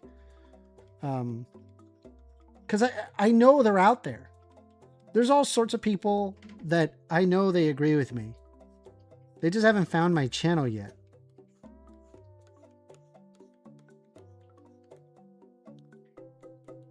I mean, it's like the border thing. Like, we obviously want America to be an easier country to come into, just like the way it was. You look like a built off of Homestar Runner immigrants to begin character. with. That's funny.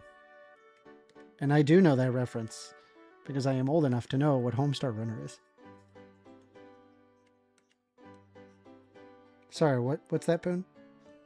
Like whenever we're saying we want the border, like the whole, we want the whole immigration thing, just long story short, better, right, Amender? Less ICE, more citizens being legal, and it easier for them to become legal, right? Yeah. But that's the part that they don't However want. that may be they want to do the whenever racist we policy. say that, they think we support welfare. They think we support criminals coming in or something. They think we support. Wait, but I do support welfare. That. Welfare is a good thing.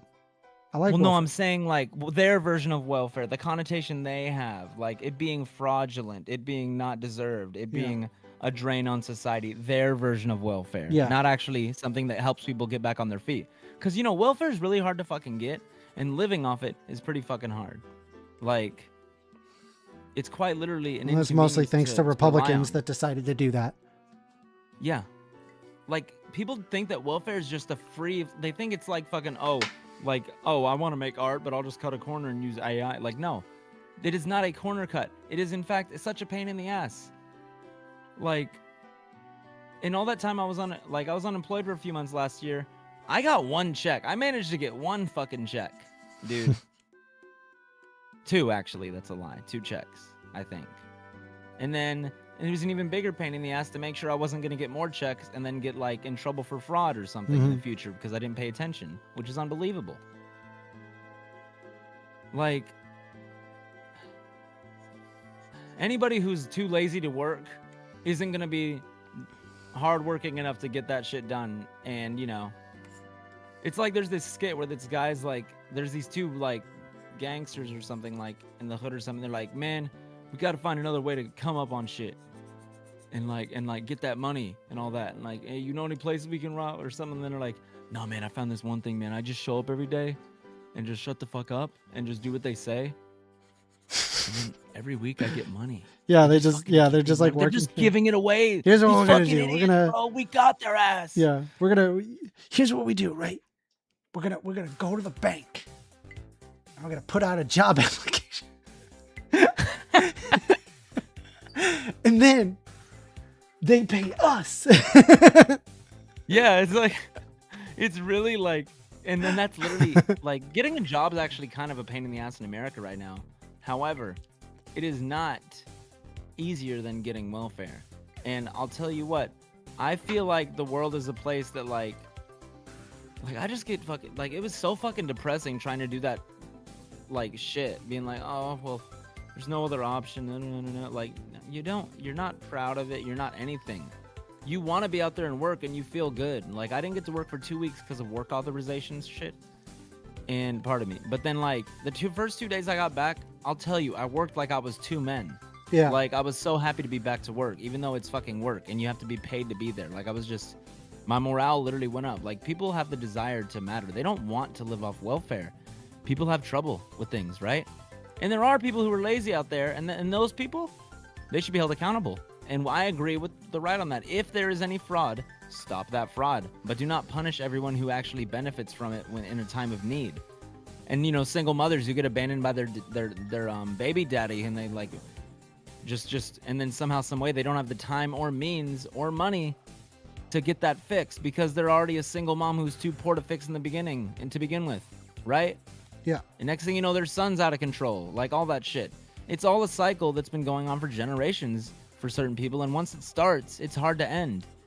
And it's all just because of people. All these issues would literally go away. People had more integrity. It's literally that simple. It's not, well, not every issue, but just more integrity and more just, that's about the actual family thing, though. That's yeah, 50 says, Republicans believe that there are people who have no shame and are happy to take advantage of the welfare. Now, I'm not saying that those people do not exist. I'm sure they do. I'm saying it's an overwhelming minority. Most people legitimately who are taking welfare need the welfare. Yeah, I mean, my mom is honestly a really good example of that, right? Like, she had to split up from my dad because my dad wasn't working that much, and she just didn't trust my dad to make smart financial decision making. She realized that he could not provide properly, and she basically had like another child to take care of. And so my mom split to try to find somebody who would. But while that was happening, my mom was God, man, she could barely afford to, you know, feed us. I mean, she needed food stamps. We needed food stamps in order to get by. And it was like, you know, without that, she would have been up a creek without a paddle. Like this morning, Amanda, my mom explained the most complicated shit ever on how people do welfare. Like they'll get Section 8 housing, and then they'll have that, and they're already getting it for free, but then they're gonna rent it out to people, and then they're getting this, and they're doing this, and then it becomes this revenue path. I'm like, Mom, I'm sure that's possible, and that's crazy, but like, that's a straw man. This is not what everyone's doing with welfare. You think there's fucking TikTok tutorials for every person on the corner doing this? No. This is very that's an evil genius right there. That is a straw man. And then they ignore the fact that this is like less than 1% because the fraud is existent, Amender, and it is GI99A James says, so she broke up her family? Yes. Trust me, it was the smart decision. 100% it was the smart decision. Speak on what happened in your family, but I mean, if a man doesn't take accountability and the woman's on the verge of leaving, like, yeah, I mean, it's up to her. Like, you're also very quiet. I don't know what the hell happened to your mic. Oh shit. Okay. Yeah, like if a man, like, I'm not gonna speak on your family particularly, Amender, but like if a man Excadriller says, bro, politicians are literally bought out. Most of them just do what their donors tell them. I agree. Yes. Right on the money. Both sides. Maybe one side more than the other. No, I mean, it's about the same. Yeah. I do think Trump is actually more. I do think that, and this is not a good thing about Trump. This says how uniquely of a bad president Trump is. I think that Trump is not really. He is focused on what the donors do, but he's even more focused on what every company is saying. Like they just serving the best interests of things like Sony, Disney, Procter and Gamble. All these things, I think they benefit intrinsically one way or another because it's serving his best interests. I think that he really wants to, you know. What's it called? He wants to be like, you know how the Kennedys are the Kennedys, right? They were already rich before they got into politics because of like one thing, I forgot why. And now they're instilled in history where they never go away. Trump wants that to be his family. He wants it to be like, he wants the Trumps to also be like the Rockefellers, the Kennedys, all that shit. He wants that to be a thing. I really do think he thinks about that. That's a little bit of a tangent, but let that sink in if anyone's listening to that.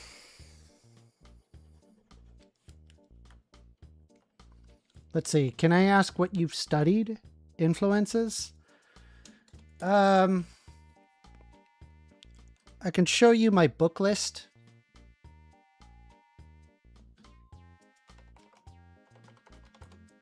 Hold on. I'll send it to you.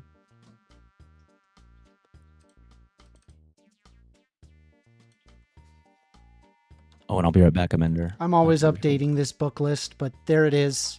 So you can understand what it is that I know, what I've read. I hope that helps.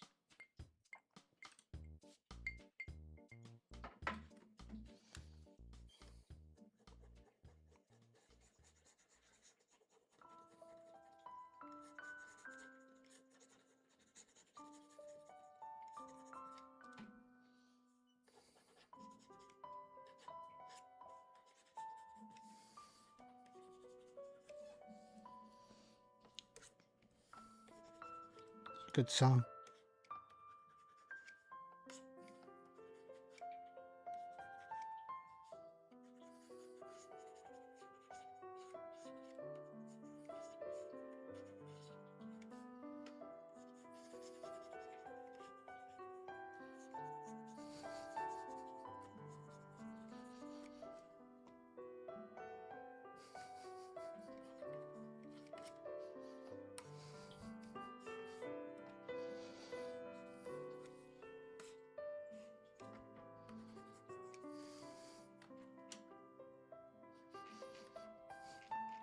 Problem is, I'm doing white lights.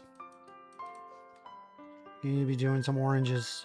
Heavy oranges.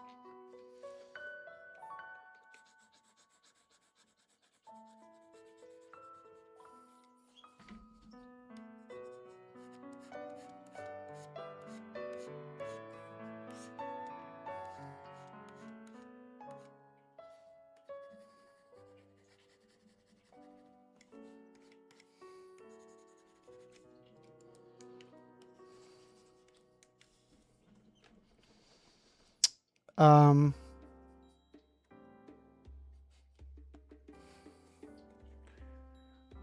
think the next election is going to be Vance versus Newsom, 100%. Bro, I would love Newsom. Holy shit. I would take Newsom in an instant. Hell, I'd take Dead Dog over whatever the fuck's going on right now. Holy shit.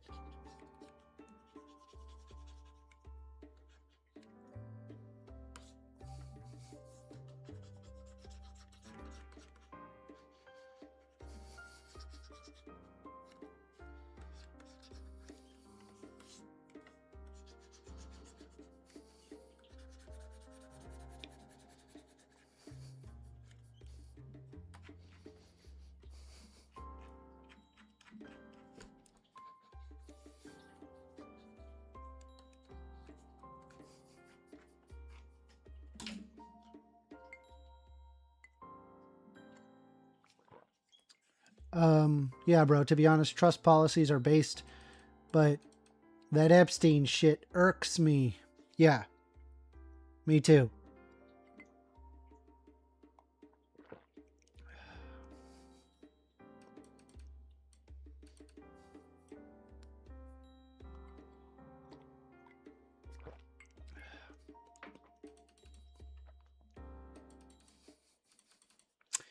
Let's see. Portis says, looks like a debate would be fun. Can just anyone jump in? Yeah, you can call in. Phone number is 202-998-5218. We're taking calls. I will hear you out. We'll have a convo. The whole 9 yards.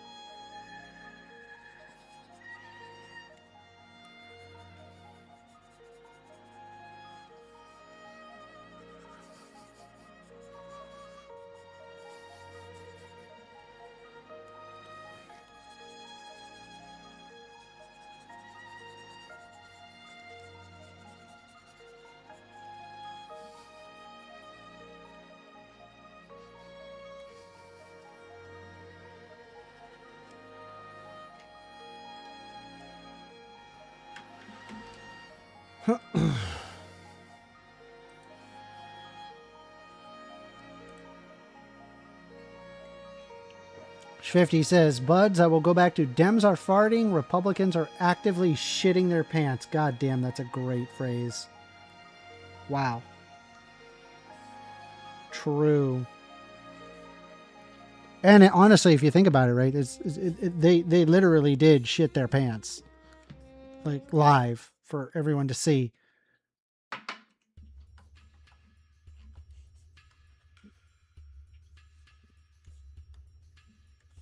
Looks like I got some unfamiliar faces. Bumpy Stubbles in the Discord. Hello. Are you there? Am I good to talk? Yeah, you can talk. I don't know what's kosher. It's Bumpy. You know Bumpy. What's up, Bumpy? What you want to talk about? Well, I just want to be kosher. I didn't just want to come in here and start talking. I mean, we're just drawing.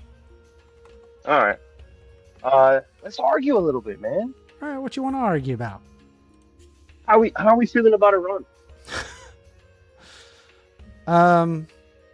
I think like the current justifications for weapons of mass destruction are completely unjustified, considering we have no evidence of weapons of mass destruction, and the fact that Iran had actually been in perfect agreement with the Iran nuclear deal up until the point that Trump had pulled out. Honestly, the fault is on the fact that Trump decided to renege on that deal and instead go for sanctions. Okay. I'm going to try to pay for gas with Apple Pay right now. I hope it doesn't mess anything up, but just so that you know where I'm coming from. Am I still there? Yeah.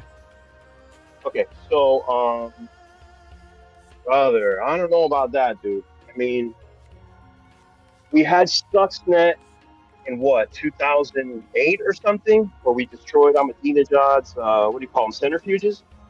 Uh-huh.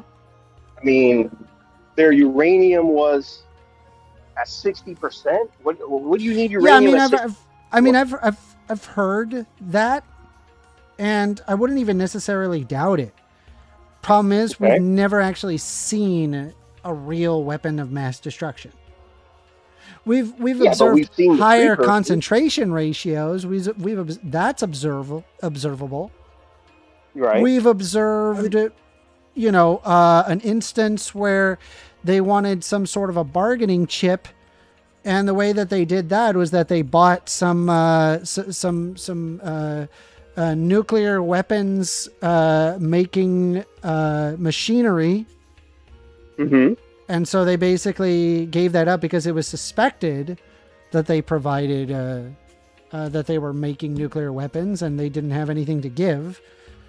So they just decided to just provide something. So that way it would seem like they're giving it something up, right? They would have a bargaining chip. And, but largely speaking, right? I mean, Iran has been in agreements with the United States and the international communities, from India to China. There are numerous instances of nuclear arms agreements that, by the way, that Iran did follow. They were consistently checked, monitored, and it's like, to this day, we still have 0 instances of them actually owning a weapon of mass destruction. However, I think it was since the 1980s there have been suspicions that there are weapons of mass destruction. And it makes me go, at what point do we stop using this as an excuse? So what would you give the percentage that they were actively pursuing a nuclear weapon? And while you answer, I'm going to mute for a second because I got to start the car and in case the Bluetooth gets wonky. But go ahead. I'm here. I just got to mute for a second. Yeah. So, what would be required for a weapon of mass destruction is you have to have a weapon of mass destruction.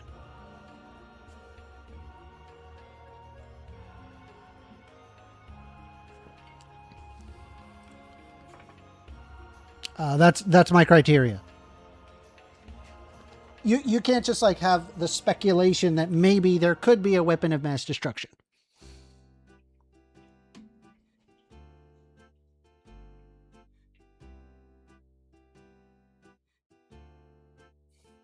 We're going to wait for them to return. But I feel like my position is pretty clear. I was talking to myself like an idiot. Yeah, but brother, how many ingredients do you need to have before someone's trying to bake a cake? I mean, I don't need the frosting to get on it to know that it's somebody's birthday. But the problem is even if I have all of the ingredients, that doesn't mean that I made a cake, right? Like, I have all the ingredients in my house to make a cake, but I don't have a cake. Yeah, but if you've got the centrifuges going, then that means you've got the mixture and the batter in there. I mean, the centrifuges going could just simply be they have invested in their nuclear energy. Yeah, but that's 5% enriched. We're talking 60% enriched. Yeah, I mean, I get it. Like I said, if you back away from nuclear arms treaties, and then they decide, okay, now I'm going to just start enriching, given the fact that it was pulled away by the United States, and it was under the Trump administration they decided to do that.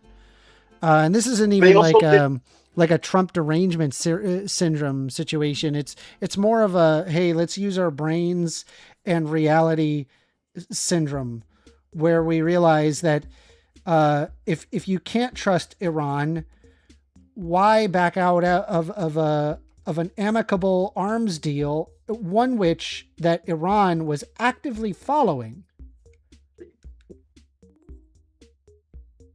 Okay, but did Iran ever let anybody into Fordo?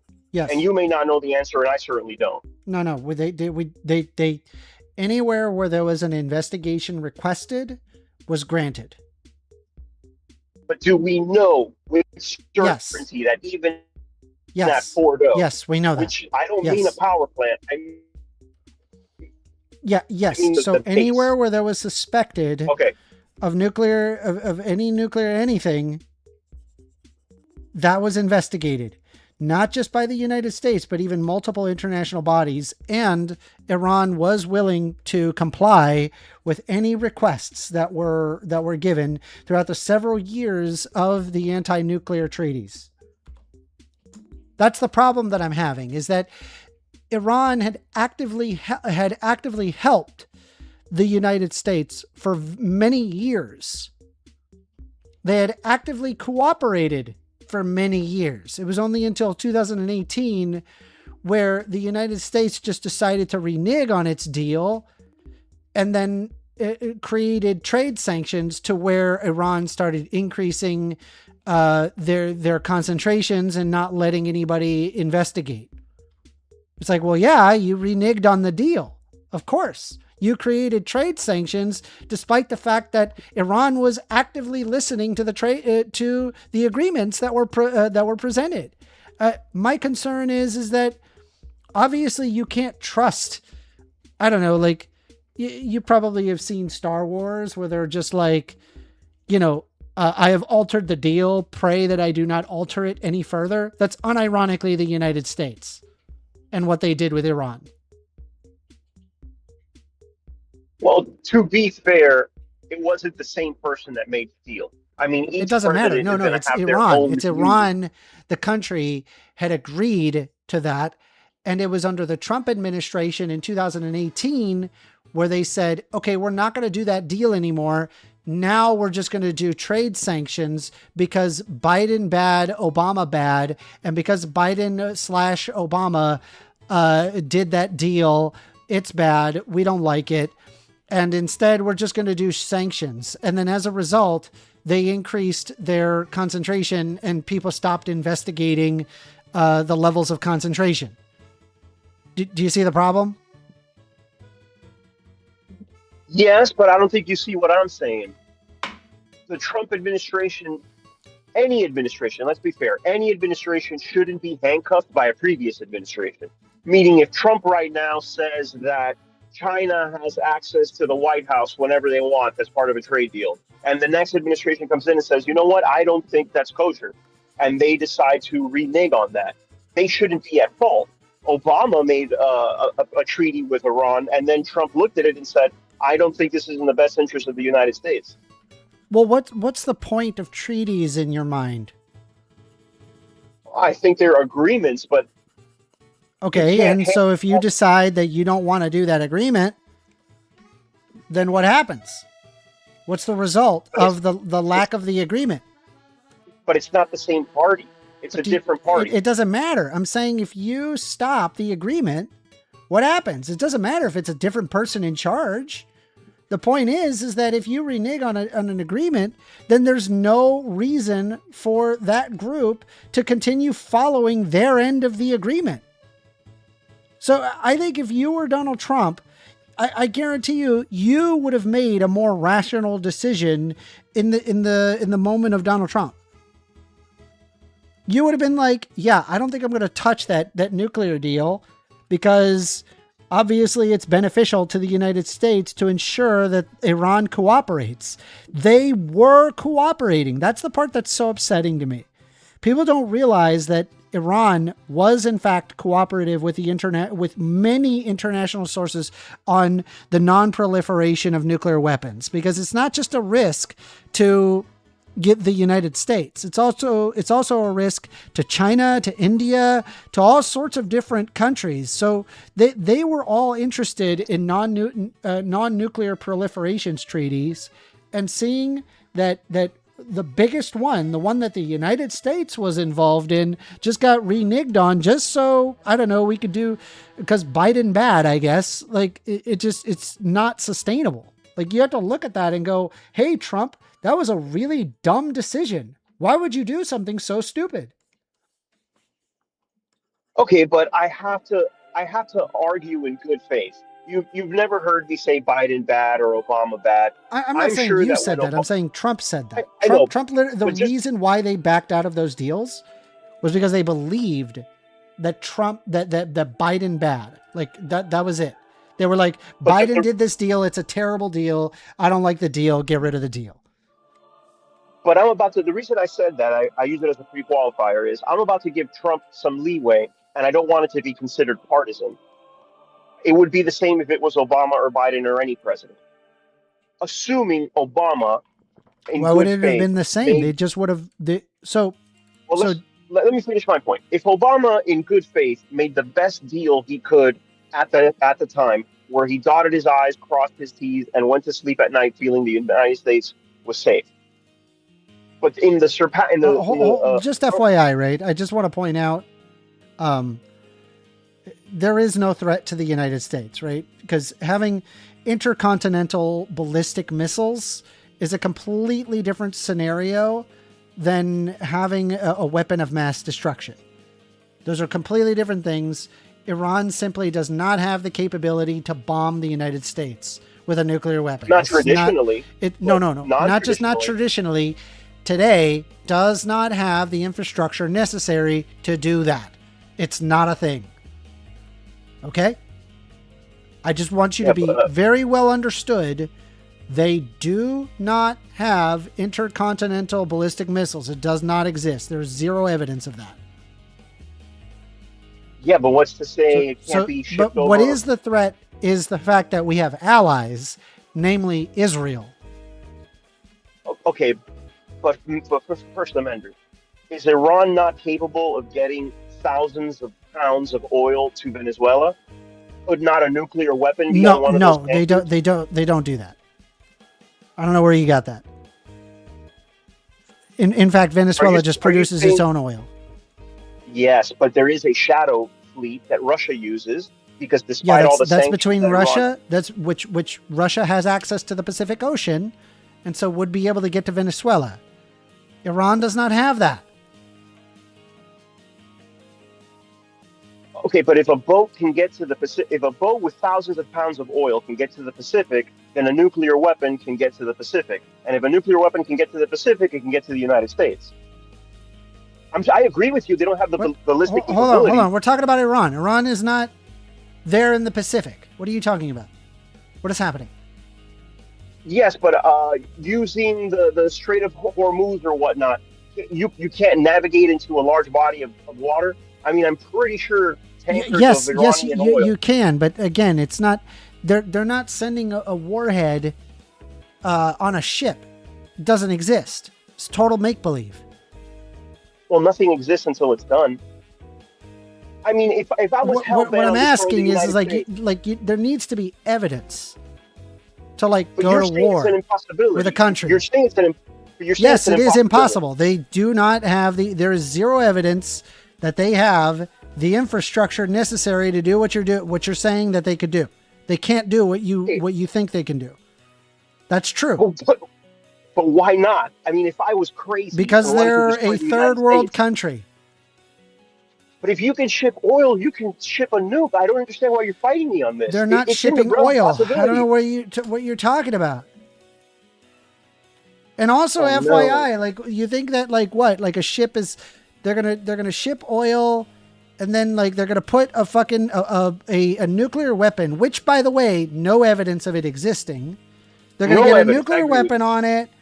And then after they got the nuclear weapon on it, then they're gonna go through the Strait of Hormuz, and then they're gonna go around Africa, and then they're gonna go to the United States, and then they're gonna bomb some port town. What the fuck are you talking about? You won't give me 1% on that? You're gonna tell me it's zero? No, it's zero. It's zero. 1%? It's zero. We have the strongest navy on planet Earth. Well, I wanna argue with you, but I don't want to fight with you. So we'll just agree to disagree. You still there? Yeah, I'm here. I'm just saying that. Okay. Like, we'll just agree to disagree. You think that a ship possessing a nuclear warhead would get past the entire United States Navy? I think if I hated the United States, I would. If I have a ship that can carry X amount of pounds, and I have a weapon of mass destruction that weighs X Which, amount by of the pounds, way, we cannot confirm to exist. correct. But I'm saying it's within the realm of possibility. And if I was, Yeah, I mean, I could leader of the speculate nation, all sorts of shit, right? But that doesn't mean I go to war just because I can speculate a thing. I could speculate that Japan is looking to fuck us over, and they're actually allying with China. okay, but I'm not I going to can tell you that speculate all 0%. sorts of fucking dog shit, right? It doesn't mean it's But true. I'm not going to tell you that's 0%. It's a non-zero. Why is that? That may as well be 0%. What I just said may as well be 0%. And you're right. It may as well be, and it wouldn't be. Okay, so regarding the weapons of mass destruction, we have actually zero indication, that they have a weapon of mass destruction. That has been the argument to why we should invade Iran since the 80s, and to this day we have zero evidence. Zero. Not some, not a little bit, not, oh, there's a hint here. No, the answer is zero. We have no evidence that has ever happened, ever. Okay, again, to be fair, the United States is not invading Iran. No one is invading Iran. We're bombing Iran. But we're not invading, so let's not use the word invade. Well, we are at war with Iran, right? Do you agree with that? Under the Emergency Powers Act. But no, Congress has not declared war on Iran. Yeah, Congress hasn't declared war in decades, right? But just as you would call the Iraq War a war, it's not like it's not a war, right? Was it not? I mean, that one went on for a long time. It was a war, but it wasn't a formal declaration of war. We haven't formally declared war in decades. I think post World War II, we never actually declared war. You could be right. I honestly don't know. I declare war upon thee. So you don't have to declare war in order for it to be a war. Okay, The Gulf War, the Iraq War. We never declared war on these things, so they're not officially wars. It's how they're able to avoid the wartime acts and sanctions towards that act and preventing humanitarian disasters. So it enables the United States to commit humanitarian atrocities so long as they don't call it a war. It's like when people are mad and they're yelling and they're like, I'm not yelling. It allows both sides to commit atrocities. We're all human beings. None of us, are any better than the rest. What goes for the goose goes for the gander. But it's not an invasion of Iran. And as far as zero evidence, I would agree with you that a nuclear weapon has never been found in Iran. However, very, very, very suspicious precursors have been discovered in Iran, a country which chanced death to America at every chance and has no diplomatic relationship with us at all. I mean, again, the problem that I'm having is that we're going to go to war with a country that we can't empirically show has actually weapons of mass destruction, which, by the way, is the predication to going to war with that country. Sounds like guilty until proven innocent. Correct. Also, no, please, Amanda, this is really short, Ogre. You mentioned how both sides are guilty of atrocities. I agree. And I think both sides should always be held accountable. Whenever they do, like, I think, like, if Obama was in office, I'd complain about him. If Trump was in office, I'd complain about him. Like, just that they make wrong decisions. And it's just kind of, it feels kind of intelligent for me to focus on it. But you guys keep talking, sorry. No worries, speak your mind. I believe that in 2009, Iran had something like 4,000 centrifuges spinning up. and at the time, Fordo had never been inspected because Iran had never admitted to the existence of Fordo, and it actually took United States and British espionage, spy, intelligence, whatever you call it, to discover the existence of the facility. Which again, why would you hide a facility underneath a mountain that can produce weapons-grade uranium and never announce to anyone if you're acting in good faith? Let's take a look. Allow me a moment.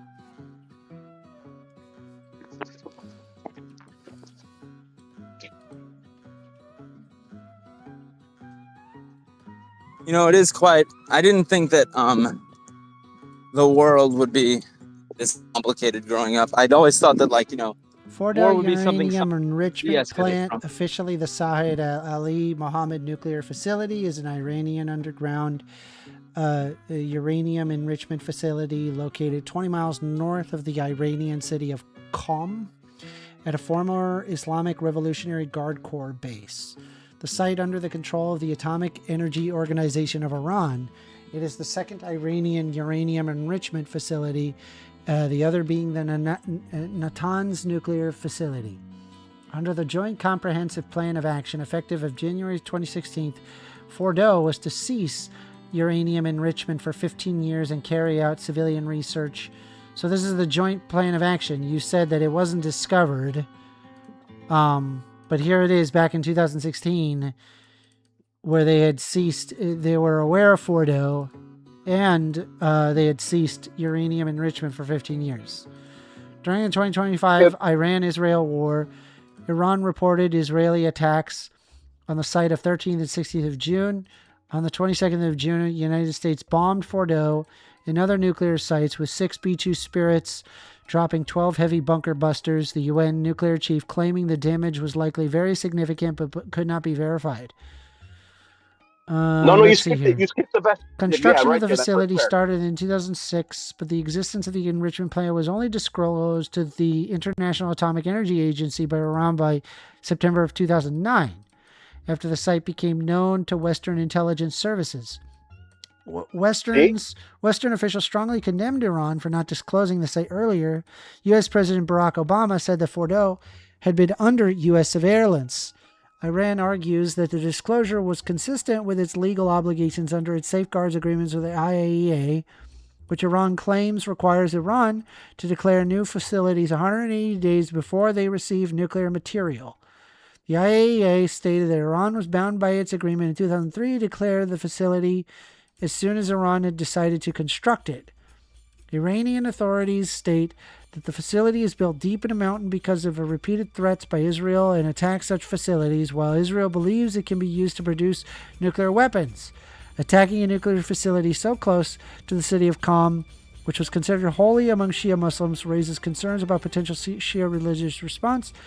In 2013 of November, hundreds of Iranians, mostly students of Sharif University of Technology, accompanied the head of AEOI, Ali Akbar Salehi, and several Majlis Parliament representatives formed a human chain around the Fordo uranium enrichment facility.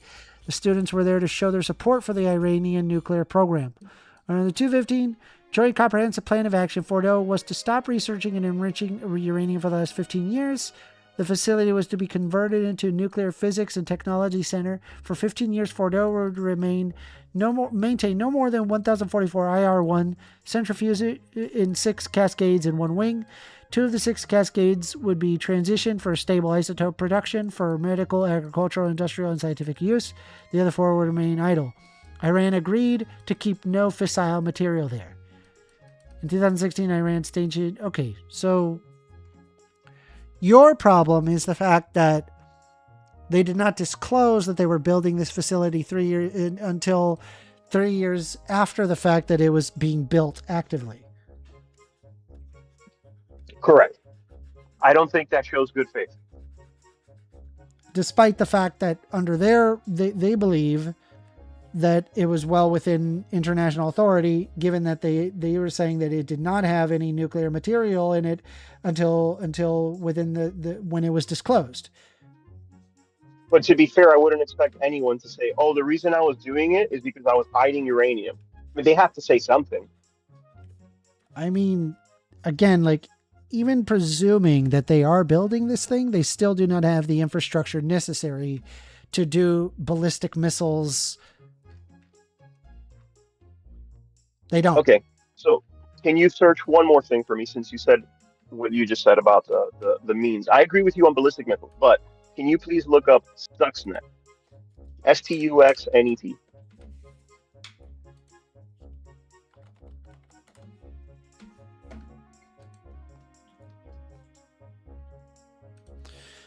Stuxnet was a malicious computer worm that first uncovered on the 17th of June of 2010 and thought it had been in development since at least 2005. Stuxnet targets supervisory control of data acquisition, SCADA systems, and is believed to be responsible for causing substantial damage to the Iran nuclear program after it was first installed on a computer at the Natanz nuclear facility in 2009.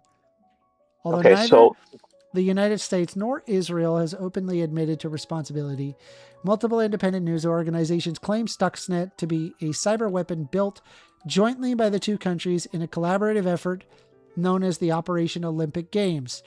The program, started during the Bush administration, was rapidly expanded within the first months of the Barack Obama's presidency. Stuxnet specifically targets programmable logic controllers, which allow automation of electromechanical processes, such as the use of control machinery and industrial processes, included gas centrifuges for separating nuclear material. Exploiting zero-day flaws in the systems, Stuxnet functions by targeting machines with using the Microsoft Windows operating system and networks, and then seeking out Siemens Step 7 software. Stuxnet reportedly compromised Iranian PLCs, collecting information on industrial systems and causing fast-spinning centrifuges to tear themselves apart. Stuxnet's design and architecture are not domain-specific and tailored as a platform, attacking modern SCADA and PLC systems. Okay, what is your point about this? So here's my point. Iran declared the Fordo facility in September of 2009. That's what we learned in the last entry. Stuxnet was used to destroy the centrifuges before September 2009. Okay. And in order for the centrifuges to be destroyed by Stuxnet, they had to be in use. So basically what you're saying is that the United States had openly engaged in terrorist actions against a foreign nation for their for their nuclear technology. Yes, a foreign nation that was actively enriching uranium in a secret plant that they had built underneath a mountain and disclosed to no one. So once again, I don't know if you heard what I said. So the United States decided to created a terrorist action against Iran, with, by the way, with no evidence that Iran was actually making nuclear weapons. No, they were enriching uranium. Yes. Well beyond what you would need for power generation. But there's more. There's more to that, isn't there? Which is? Well, I don't know, the infrastructure to launch it. But which, by the way, we have never found. Doesn't exist. So they couldn't launch it in a missile. Again, you and I disagree on other methods of but do you see my problem? Like, to me, this is coming off as the United States preemptively attacked a sovereign nation working on nuclear material for their power plants. No, well beyond that. You need 5% for power plants. This was well beyond it. And I believe it was over 3,000 centrifuges running simultaneously. Yeah. It's a level of magnitude beyond what any country would need for energy generating. Let's see. I mean, if I follow your logic, and if I'm wrong, I don't want to put words in your mouth. I'm not here to upset you. I'm just here to argue with you. But if I follow your logic, and your logic is yes, but they can build. They're allowed to get all the ingredients of a nuke until they put it together. Okay, and they can put it together as long as they don't have the missile that can get it here. Okay, they can build the missile that can get it here, but have they fueled it yet? I mean, I can. Okay, so according to the IAEA, Iran maintains a stockpile of 440.9 kilograms or 972 pounds of uranium enriched up to 60% purity, a short technical step away from weapons grade levels of 90%. Correct. So have we ever found 90%? No, but we found 60%. So okay, so we literally didn't find what is necessary. Would you please search up what percentage is used for energy generation? Do you see my problem here? But do you see mine? If you only need 5%, I get what you're saying, right? In which case, like, great, let's involve in nuclear treaties and not back out of nuclear treaties that are freely available for the United States to use just because Obama or Biden signed it. How about that? But it's not about Obama or Biden. But it is. It is. It kind of is. Because if that's what you're worried about, then great. Make the nuclear deal, which, by the way, Iran signed. Iran followed. And this only became a problem until after the fact that we walked away from that deal. Years later. Yeah, we walked away after the deal, and then they're like, okay, we don't have to hold our end of the deal. Now we're going to build up our concentration levels. All right, great. We walked away from a deal we made years later, and unless you're operating in bad faith, you don't know what information led to backing out of a deal years later. Well, I'll tell you what the information is. I can tell you it right now. I'm going to tell you right now, right? Because I know this on the basis of all of the books that I have read regarding Donald Trump. Donald Trump is a moron. Okay. He doesn't actually understand foreign policy. He doesn't really care. He, in fact, doesn't even understand business, for that matter. He literally knows absolutely nothing on these things. And I'll tell you why, right? Because when you actually look at his various business deals throughout his entire existence, you'll find that he was actually a pretty terrible businessman, knowing virtually nothing about the business. He tried to basically do the same thing that Fred Trump had done and could not do it. He even took industries which mathematically should make you a ton of money, such as like casinos, and found that he actually was able to make even those bankrupt. Donald Trump, throughout his entire life, without his initial father's investment of $450 million, would have been a pauper by normal people's standards. But because Donald Trump had $450 million, that tells me his critical thinking skills physically are not there. He never possessed legitimate critical thinking skills. And what makes the matters even more dangerous is he has never had, you probably have a little voice in your head that says, don't do this, it's dangerous. Don't do this, it's risky. Donald Trump has never actually been in a situation where it is legitimately risky to do a specific action. If he took out this giant loan on a business venture and lost all of it, it was a pittance in comparison to how much money that he was garnering from his personal fortune and his father's fortune. So the concept of there being risk taking just wasn't a thing for him. So it doesn't surprise me that he looks at the Iran nuclear deal, a very high risk situation, and literally sees no risk at all. You very well could be right. I don't know. You're entitled to your opinion. But even then, what if someone explained to him, continuing this deal is risky, you should not do this? You have to take into consideration that I actually know that as well. He doesn't listen to any experts. He prides himself in not listening to any experts, as can be exhibited in the book Fear by Bob Woodward. He prides himself in not listening to other people. I don't see a world where someone can be a complete moron, never listen to anyone, and make it that far in life. I figured you would die at if I gave you 2,000 New York properties that you would receive monthly checks every single month on, it doesn't matter what you do. You're one of the richest people on planet Earth. Why? You have 2,000 properties in your name in one of the most expensive places to own a house. You literally can sit there, pick your fucking nose under a bridge somewhere, and you will make bank. And somehow the Rockefellers aren't rich anymore today. But the Rockefellers are still rich. What are you talking about? Okay.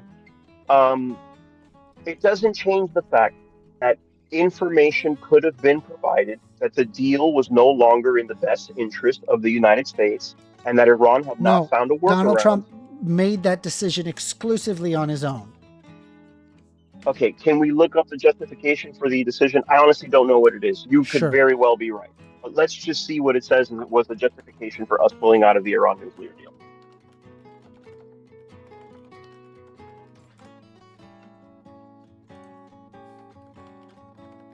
Give me a sec.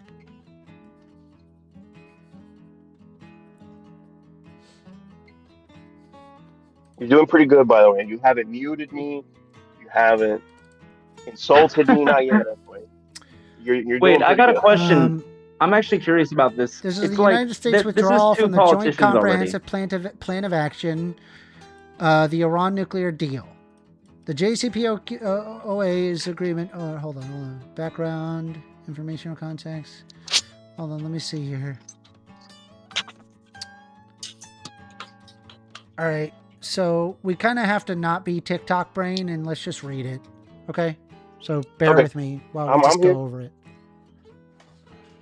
The United States announces withdrawal of the Iran nuclear deal on May 8th of 2018. JCPOA is an agreement of Iran's nuclear program reached in July 2015 by Iran, the 5 permanent members of the United Nations Security Council, China, France, Russia, the United Kingdom, the United States, plus Germany.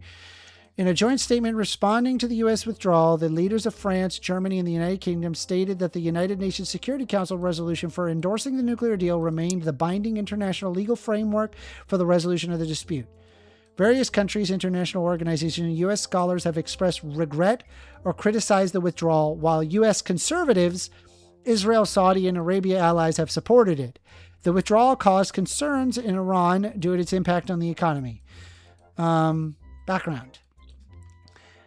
An agreement was concluded with Iran, China, France, Germany, Russia, United Kingdom, United States, and the EU. It provided that Iran's nuclear activities would be limited in exchange for reduced sanctions. According to JCPOA, every 90 days, the President of the United States would certify, among other things, that Iran was adhering to the terms of the agreement. Leading up to the United States withdrawal, the IAEA asserted that its inspectors... Hold on. I want to know why... With the conclusion of the agreement, then candidate Donald Trump made the renegotiation of JCPOA one of his main foreign affairs campaign purposes, saying that a campaign rally that this deal, if I win, will be a totally different deal. The described Iran deal as a quote-unquote disaster, as in the worst deal ever, and so terrible that it would lead to a nuclear holocaust. The Trump administration certified... where's the reason, though? Hold on. I'm looking it up too on my end. If I find something, I'll tell you.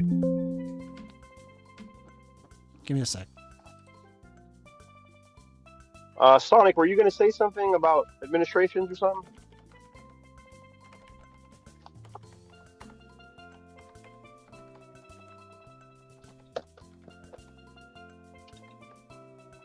Give me a sec. Sonic, you there?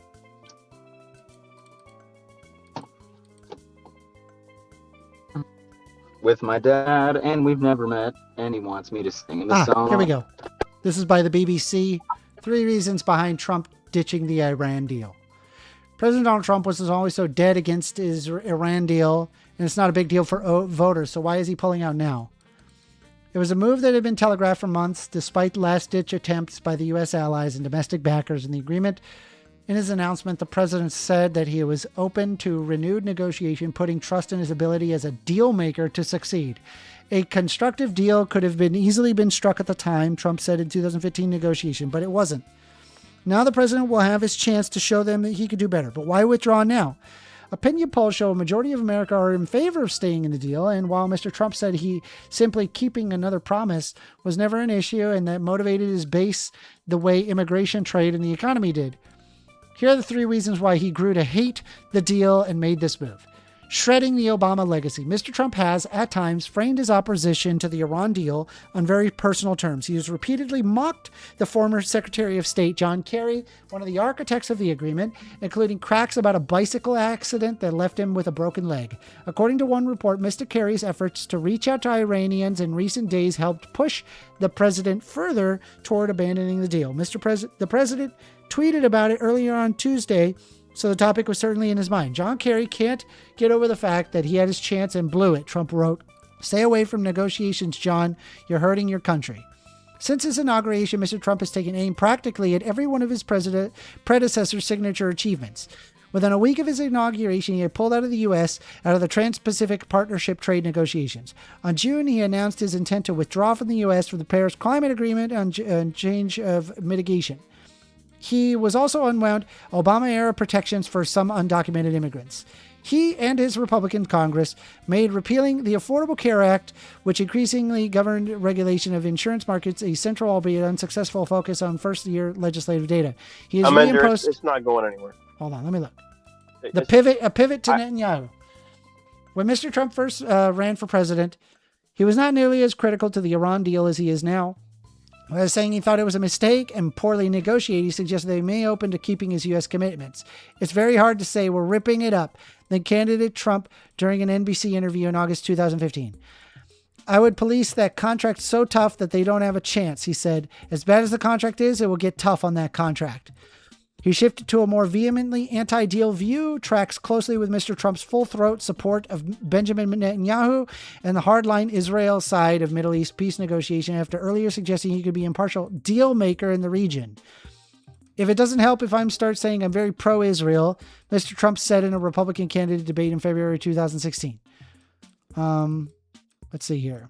May I interrupt? I've got a prompt from ChatGPT, if you'd allow me. The reasons that Donald Trump backed out of the deal. Trump's central argument: the agreement allowed Iran to eventually resume large-scale enrichment after restrictions expired. These were the so-called sunset clauses. Key nuclear limits began expiring after 10 or 15 years from the original deal. Trump argued that this would legally allow Iran to approach nuclear weapons capability later.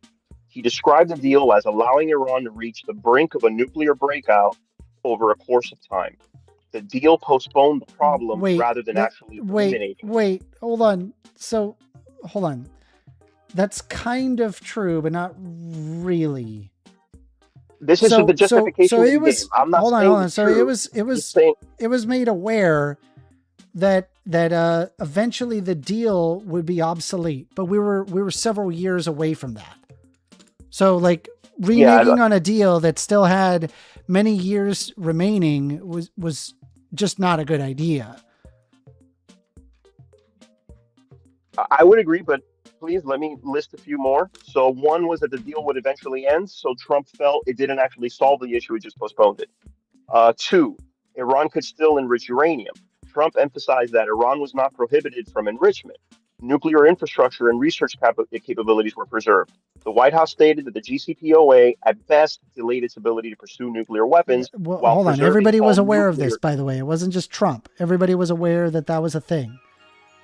But the point is that we had several years. We had many years to go before that even happened. In which case, that's okay. You have to redo the negotiation. Okay. Other factors were during the deal, Iran was still allowed to pursue nuclear weapons research and preserve nuclear weapons research and development. Iran was able to retain and gain as much knowledge in the industrial capability needed to rapidly build a nuclear weapon. Okay, I could see that being an issue. The administration argued zero evidence that ever happened. The administration argued that inspectors were flawed. Do you realize that zero evidence of that? Okay, but brother, let me list a few more points. Do you see the problem? Do you see my issue? I'm not disagreeing with you. You don't think it's a fair concern to have that the country was unless you have it. No, I don't think that's a justification to go to war. No. Okay, agree to disagree. Number 3, the inspectors were viewed as insufficient because military sites were not subject to automatic anytime, anywhere inspections. They first had to agree to be inspected, and access disputes were able to take weeks to resolve, which gave time to remove nuclear material. I can see that being an issue. The deal ignored ballistic missiles. Iran's ballistic missile program was outside of the agreement and was allowed to continue. And Trump argued that missiles... Zero evidence of that second thing. Once again, it was just all speculation by the United States. There's no actual basis behind it. It didn't actually happen. They just say, hey, this could happen. But if you were making a deal with Iran, and well, better yet, if you inherited a deal with Iran, mind you, right? These threats, these exact threats that you're talking about, have been threats since the 1980s. But that doesn't mean they're not valid. I mean, I'm just saying that the fact that it has been cried from the high heaven since the 1980s, and yet none of this is substantiated, is an instance of just a reason to invade a country that is otherwise sovereign. To be fair, Amender, I know that you and I ideologically do not see eye to eye, but would you say that you're a patriot of the country? Definitely not the administration, definitely not the direction that it's going, but do you love this country? Okay, I love this country. I don't love what it's doing. That's fair. Now, and I haven't loved what it's doing for a long time. Absolutely. Please preach on. Secondly, do you view any country on earth to be a threat to this country? And if so, would you be comfortable listing maybe the North country Korea that you view as a threat? Okay, North Korea.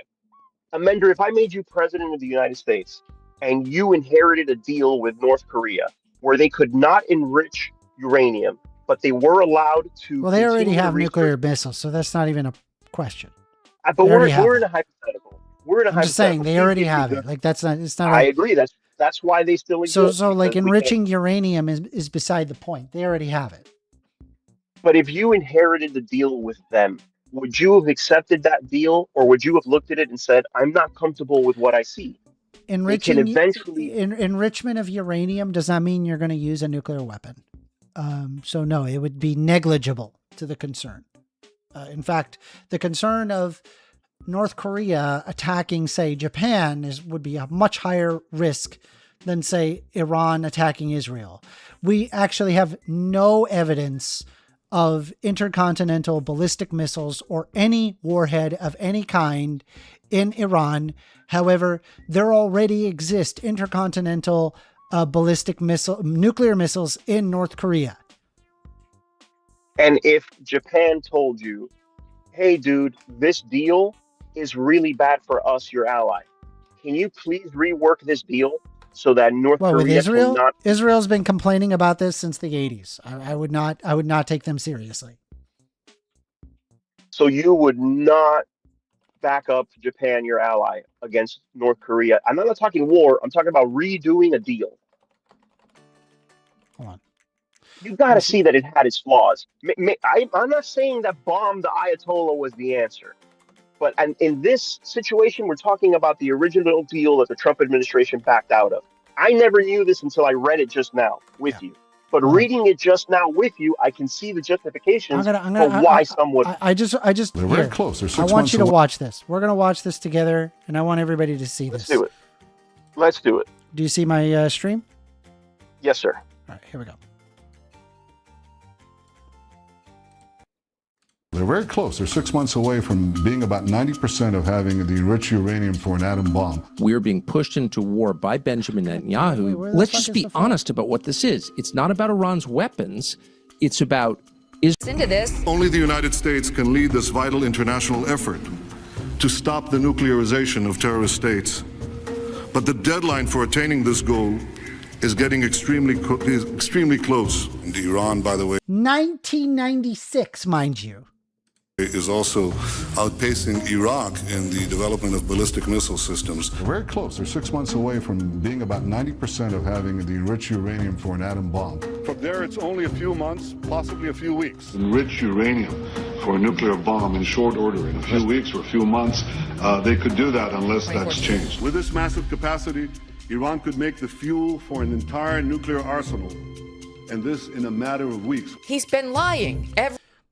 Hold on, but without the fucking commentary. Yeah. This has been threatened since 1996 to this day. Day, zero. Not some, not a little evidence, zero evidence. Okay, but a couple of points. One, but do you see my concern? We have destroyed their program multiple times. Yeah. So we've preemptively attacked them without provocation. We've preemptively attacked them, which, by the way, again, there is, and I keep saying it because it's I feel like you're not really understanding where I'm getting at. Zero evidence of that. Yes, Zero. But despite us, whether legally, illegally, despite us destroying their nuclear program multiple times, they continue to ramp it up, A, in secrecy, and B, to levels necessary. That's speculation. Well, the Fordo right? was, and then once again, even after we read Fordo, still, once again, zero instances of there being a real missile, zero instances of a real intercontinental missile, zero instances of there being even the capability to have an intercontinental ballistic missile, zero instances on every front. None. Doesn't exist. And that has been the justification to attack a sovereign nation for so long, dude. At what point do we go, hey, maybe this is bullshit? But you don't think it's weird that every time we shut down their operation, they ramp it back up to levels that are unnecessary? Then great, have a nuclear deal. If that's what's the concern, have a nuclear deal and renew the nuclear deal. Don't just sit there and look at, oh, well, I don't know, Obama did this deal, so it's a bad deal. That's not what I'm saying. Be fair to me. I'm not saying you said that. Trump said that. Trump believed that because he's an idiot. And if your adversary refuses to negotiate a deal, I mean, if they say, hey, look, they didn't refuse to negotiate. They were actively agreeing and actively assisting and cooperating with any investigation that happened. That's the part that people don't understand. That did happen for decades. Dude. The deal was in their favor. I would understand. How is that a deal in their favor? They were talking with international bodies. Constant investigation. Because they never agreed. They agreed to the deals. Yes, they did. Yes, they agreed to the deals that the West had imposed on them, and the West reneged on the deals. So it makes sense why they're like, why would we trust a country that just says that they're going to do a thing and then not do the fucking thing? Because in the same breath, the American administration, whoever was there, would have argued, just agree you're never going to build a nuke, and we go away. But Iran held fast to the idea that was never the deal. That was never the deal because obviously they have nuclear. They have nuclear facilities. They have not nuclear aspirations. They have nuclear power plants. They do. That's true. But once again, I hate iterating it over and over. It is never had had a real, credible instance of them possessing weapons of mass destruction. It has never happened. Because I'm going to argue that because we never allowed it to happen. I'm not. We did allow it to happen, and Iran agreed to it. No, under multiple instances. Yes, they did. Yes, you have no idea what you're talking about. If you disagree with this, you don't know what you're talking about. Do more Googling.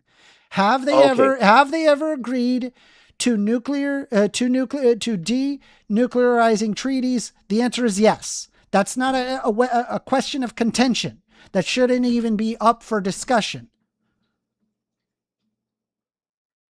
But they've never had nuclear weapons. So correct. Correct. Correct. Because you're right. They never had nuclear weapons. That's correct. So we've been worried about the literal nothing burger since the fucking 90s. Netanyahu has been crying fucking wolf since the 90s, and we've never called it out. What purposes does anyone have for 60% enriched uranium? I don't know. Is there any research? I don't know. I'm sure there could be research. I don't know. Point is that there's zero evidence of it being put into a WMD. Zero. Since the night. No, we have. Stop saying we haven't. We have. They have. We literally used what you called terrorism to stop it in 2009. They were spinning up. Again. This is not up for contention. That's not a question that should be a contentious topic. If you disagree with that, then you haven't done enough reading. If I disagree with what? I'm sorry. What specific aspect? If you disagree that the international organizations have not actively investigated Iran and that Iran had not agreed to it, you're wrong. You don't know what you're talking about. Do more reading. No, I'm not debating that. I agree with you. Iran allowed inspectors at declared facilities, not at undeclared facilities, and Iran. They also did it in any area, where it was suspected. That was part of the deal. Except military. What? I'm not even aware of that. Where did you get that? Where did you get that information? That was part of what I read out to you, according to what ChatGPT says. I mean, I don't know how to find sources. Give me 1 sec. It does list them. I'm sitting here, I'm reading book after book after book on this, and you're telling me something I've never heard of before. This is Trump White House archives. President Donald Trump. Okay. Let me just go ahead and look up the Trump White House. I'm sure they'll tell me the truth. Are you serious? That's the source? The Trump White House is literally arguing the efficacy of vaccines. I'm sorry if I don't trust them. Is there a credible source that you have? It's part of the JCPOA. Okay, where are they saying that? I'm sorry, brother. I'm on ChatGPT. I'm not, choosing to frustrate you. That's what I use. Do more reading. Do more. Spend more time to understand what it says. Not as reliable as you. All right. I agree. Anyway, think like it can help you. It's 7 o'clock. It's not. I want to do more streaming, but I think I'm going to call it. You want me to hop off? I don't mind hopping off. No, I'm gonna call the stream. But I appreciate you calling in. Hopefully, are you subbed? Me, Mender? Hell yeah, brother. Since the first call, I love arguing with you. I wish you nothing but the best, man. Appreciate it. All right. Well. All right, man. I'll let you do your thing. Thank you so much. Yep. I'll see you in the future. Yep. Amender, I'm so sorry. I thought that was Anus talking. That's why I said something. I apologize. All right. Well. Yeah, I didn't know that was the. What do you think of my drawing, by the way? Do you like it? Do you like my drawing? I've been watching you draw it earlier, and actually, it is looking cooler. But I am driving. Takes time. A lot of work. Mender, can I interrupt one more time? Yeah. What's up? Is there any way that I can see the live stream comments because I've been on calls with you many times, and even if people are tearing me up, I want to see it. And anytime I look up the video, or it's just gone into the void. I mean, you would have to watch the video and hit the live. Yeah. All right. Anyway, I'll talk to you later, Bumpy. We're gonna call it. But yeah. Normally I do longer streams, but it's like 7 o'clock. It's Sunday. I gotta start. Hey, you don't owe anybody anything, man. Yeah. Anyway,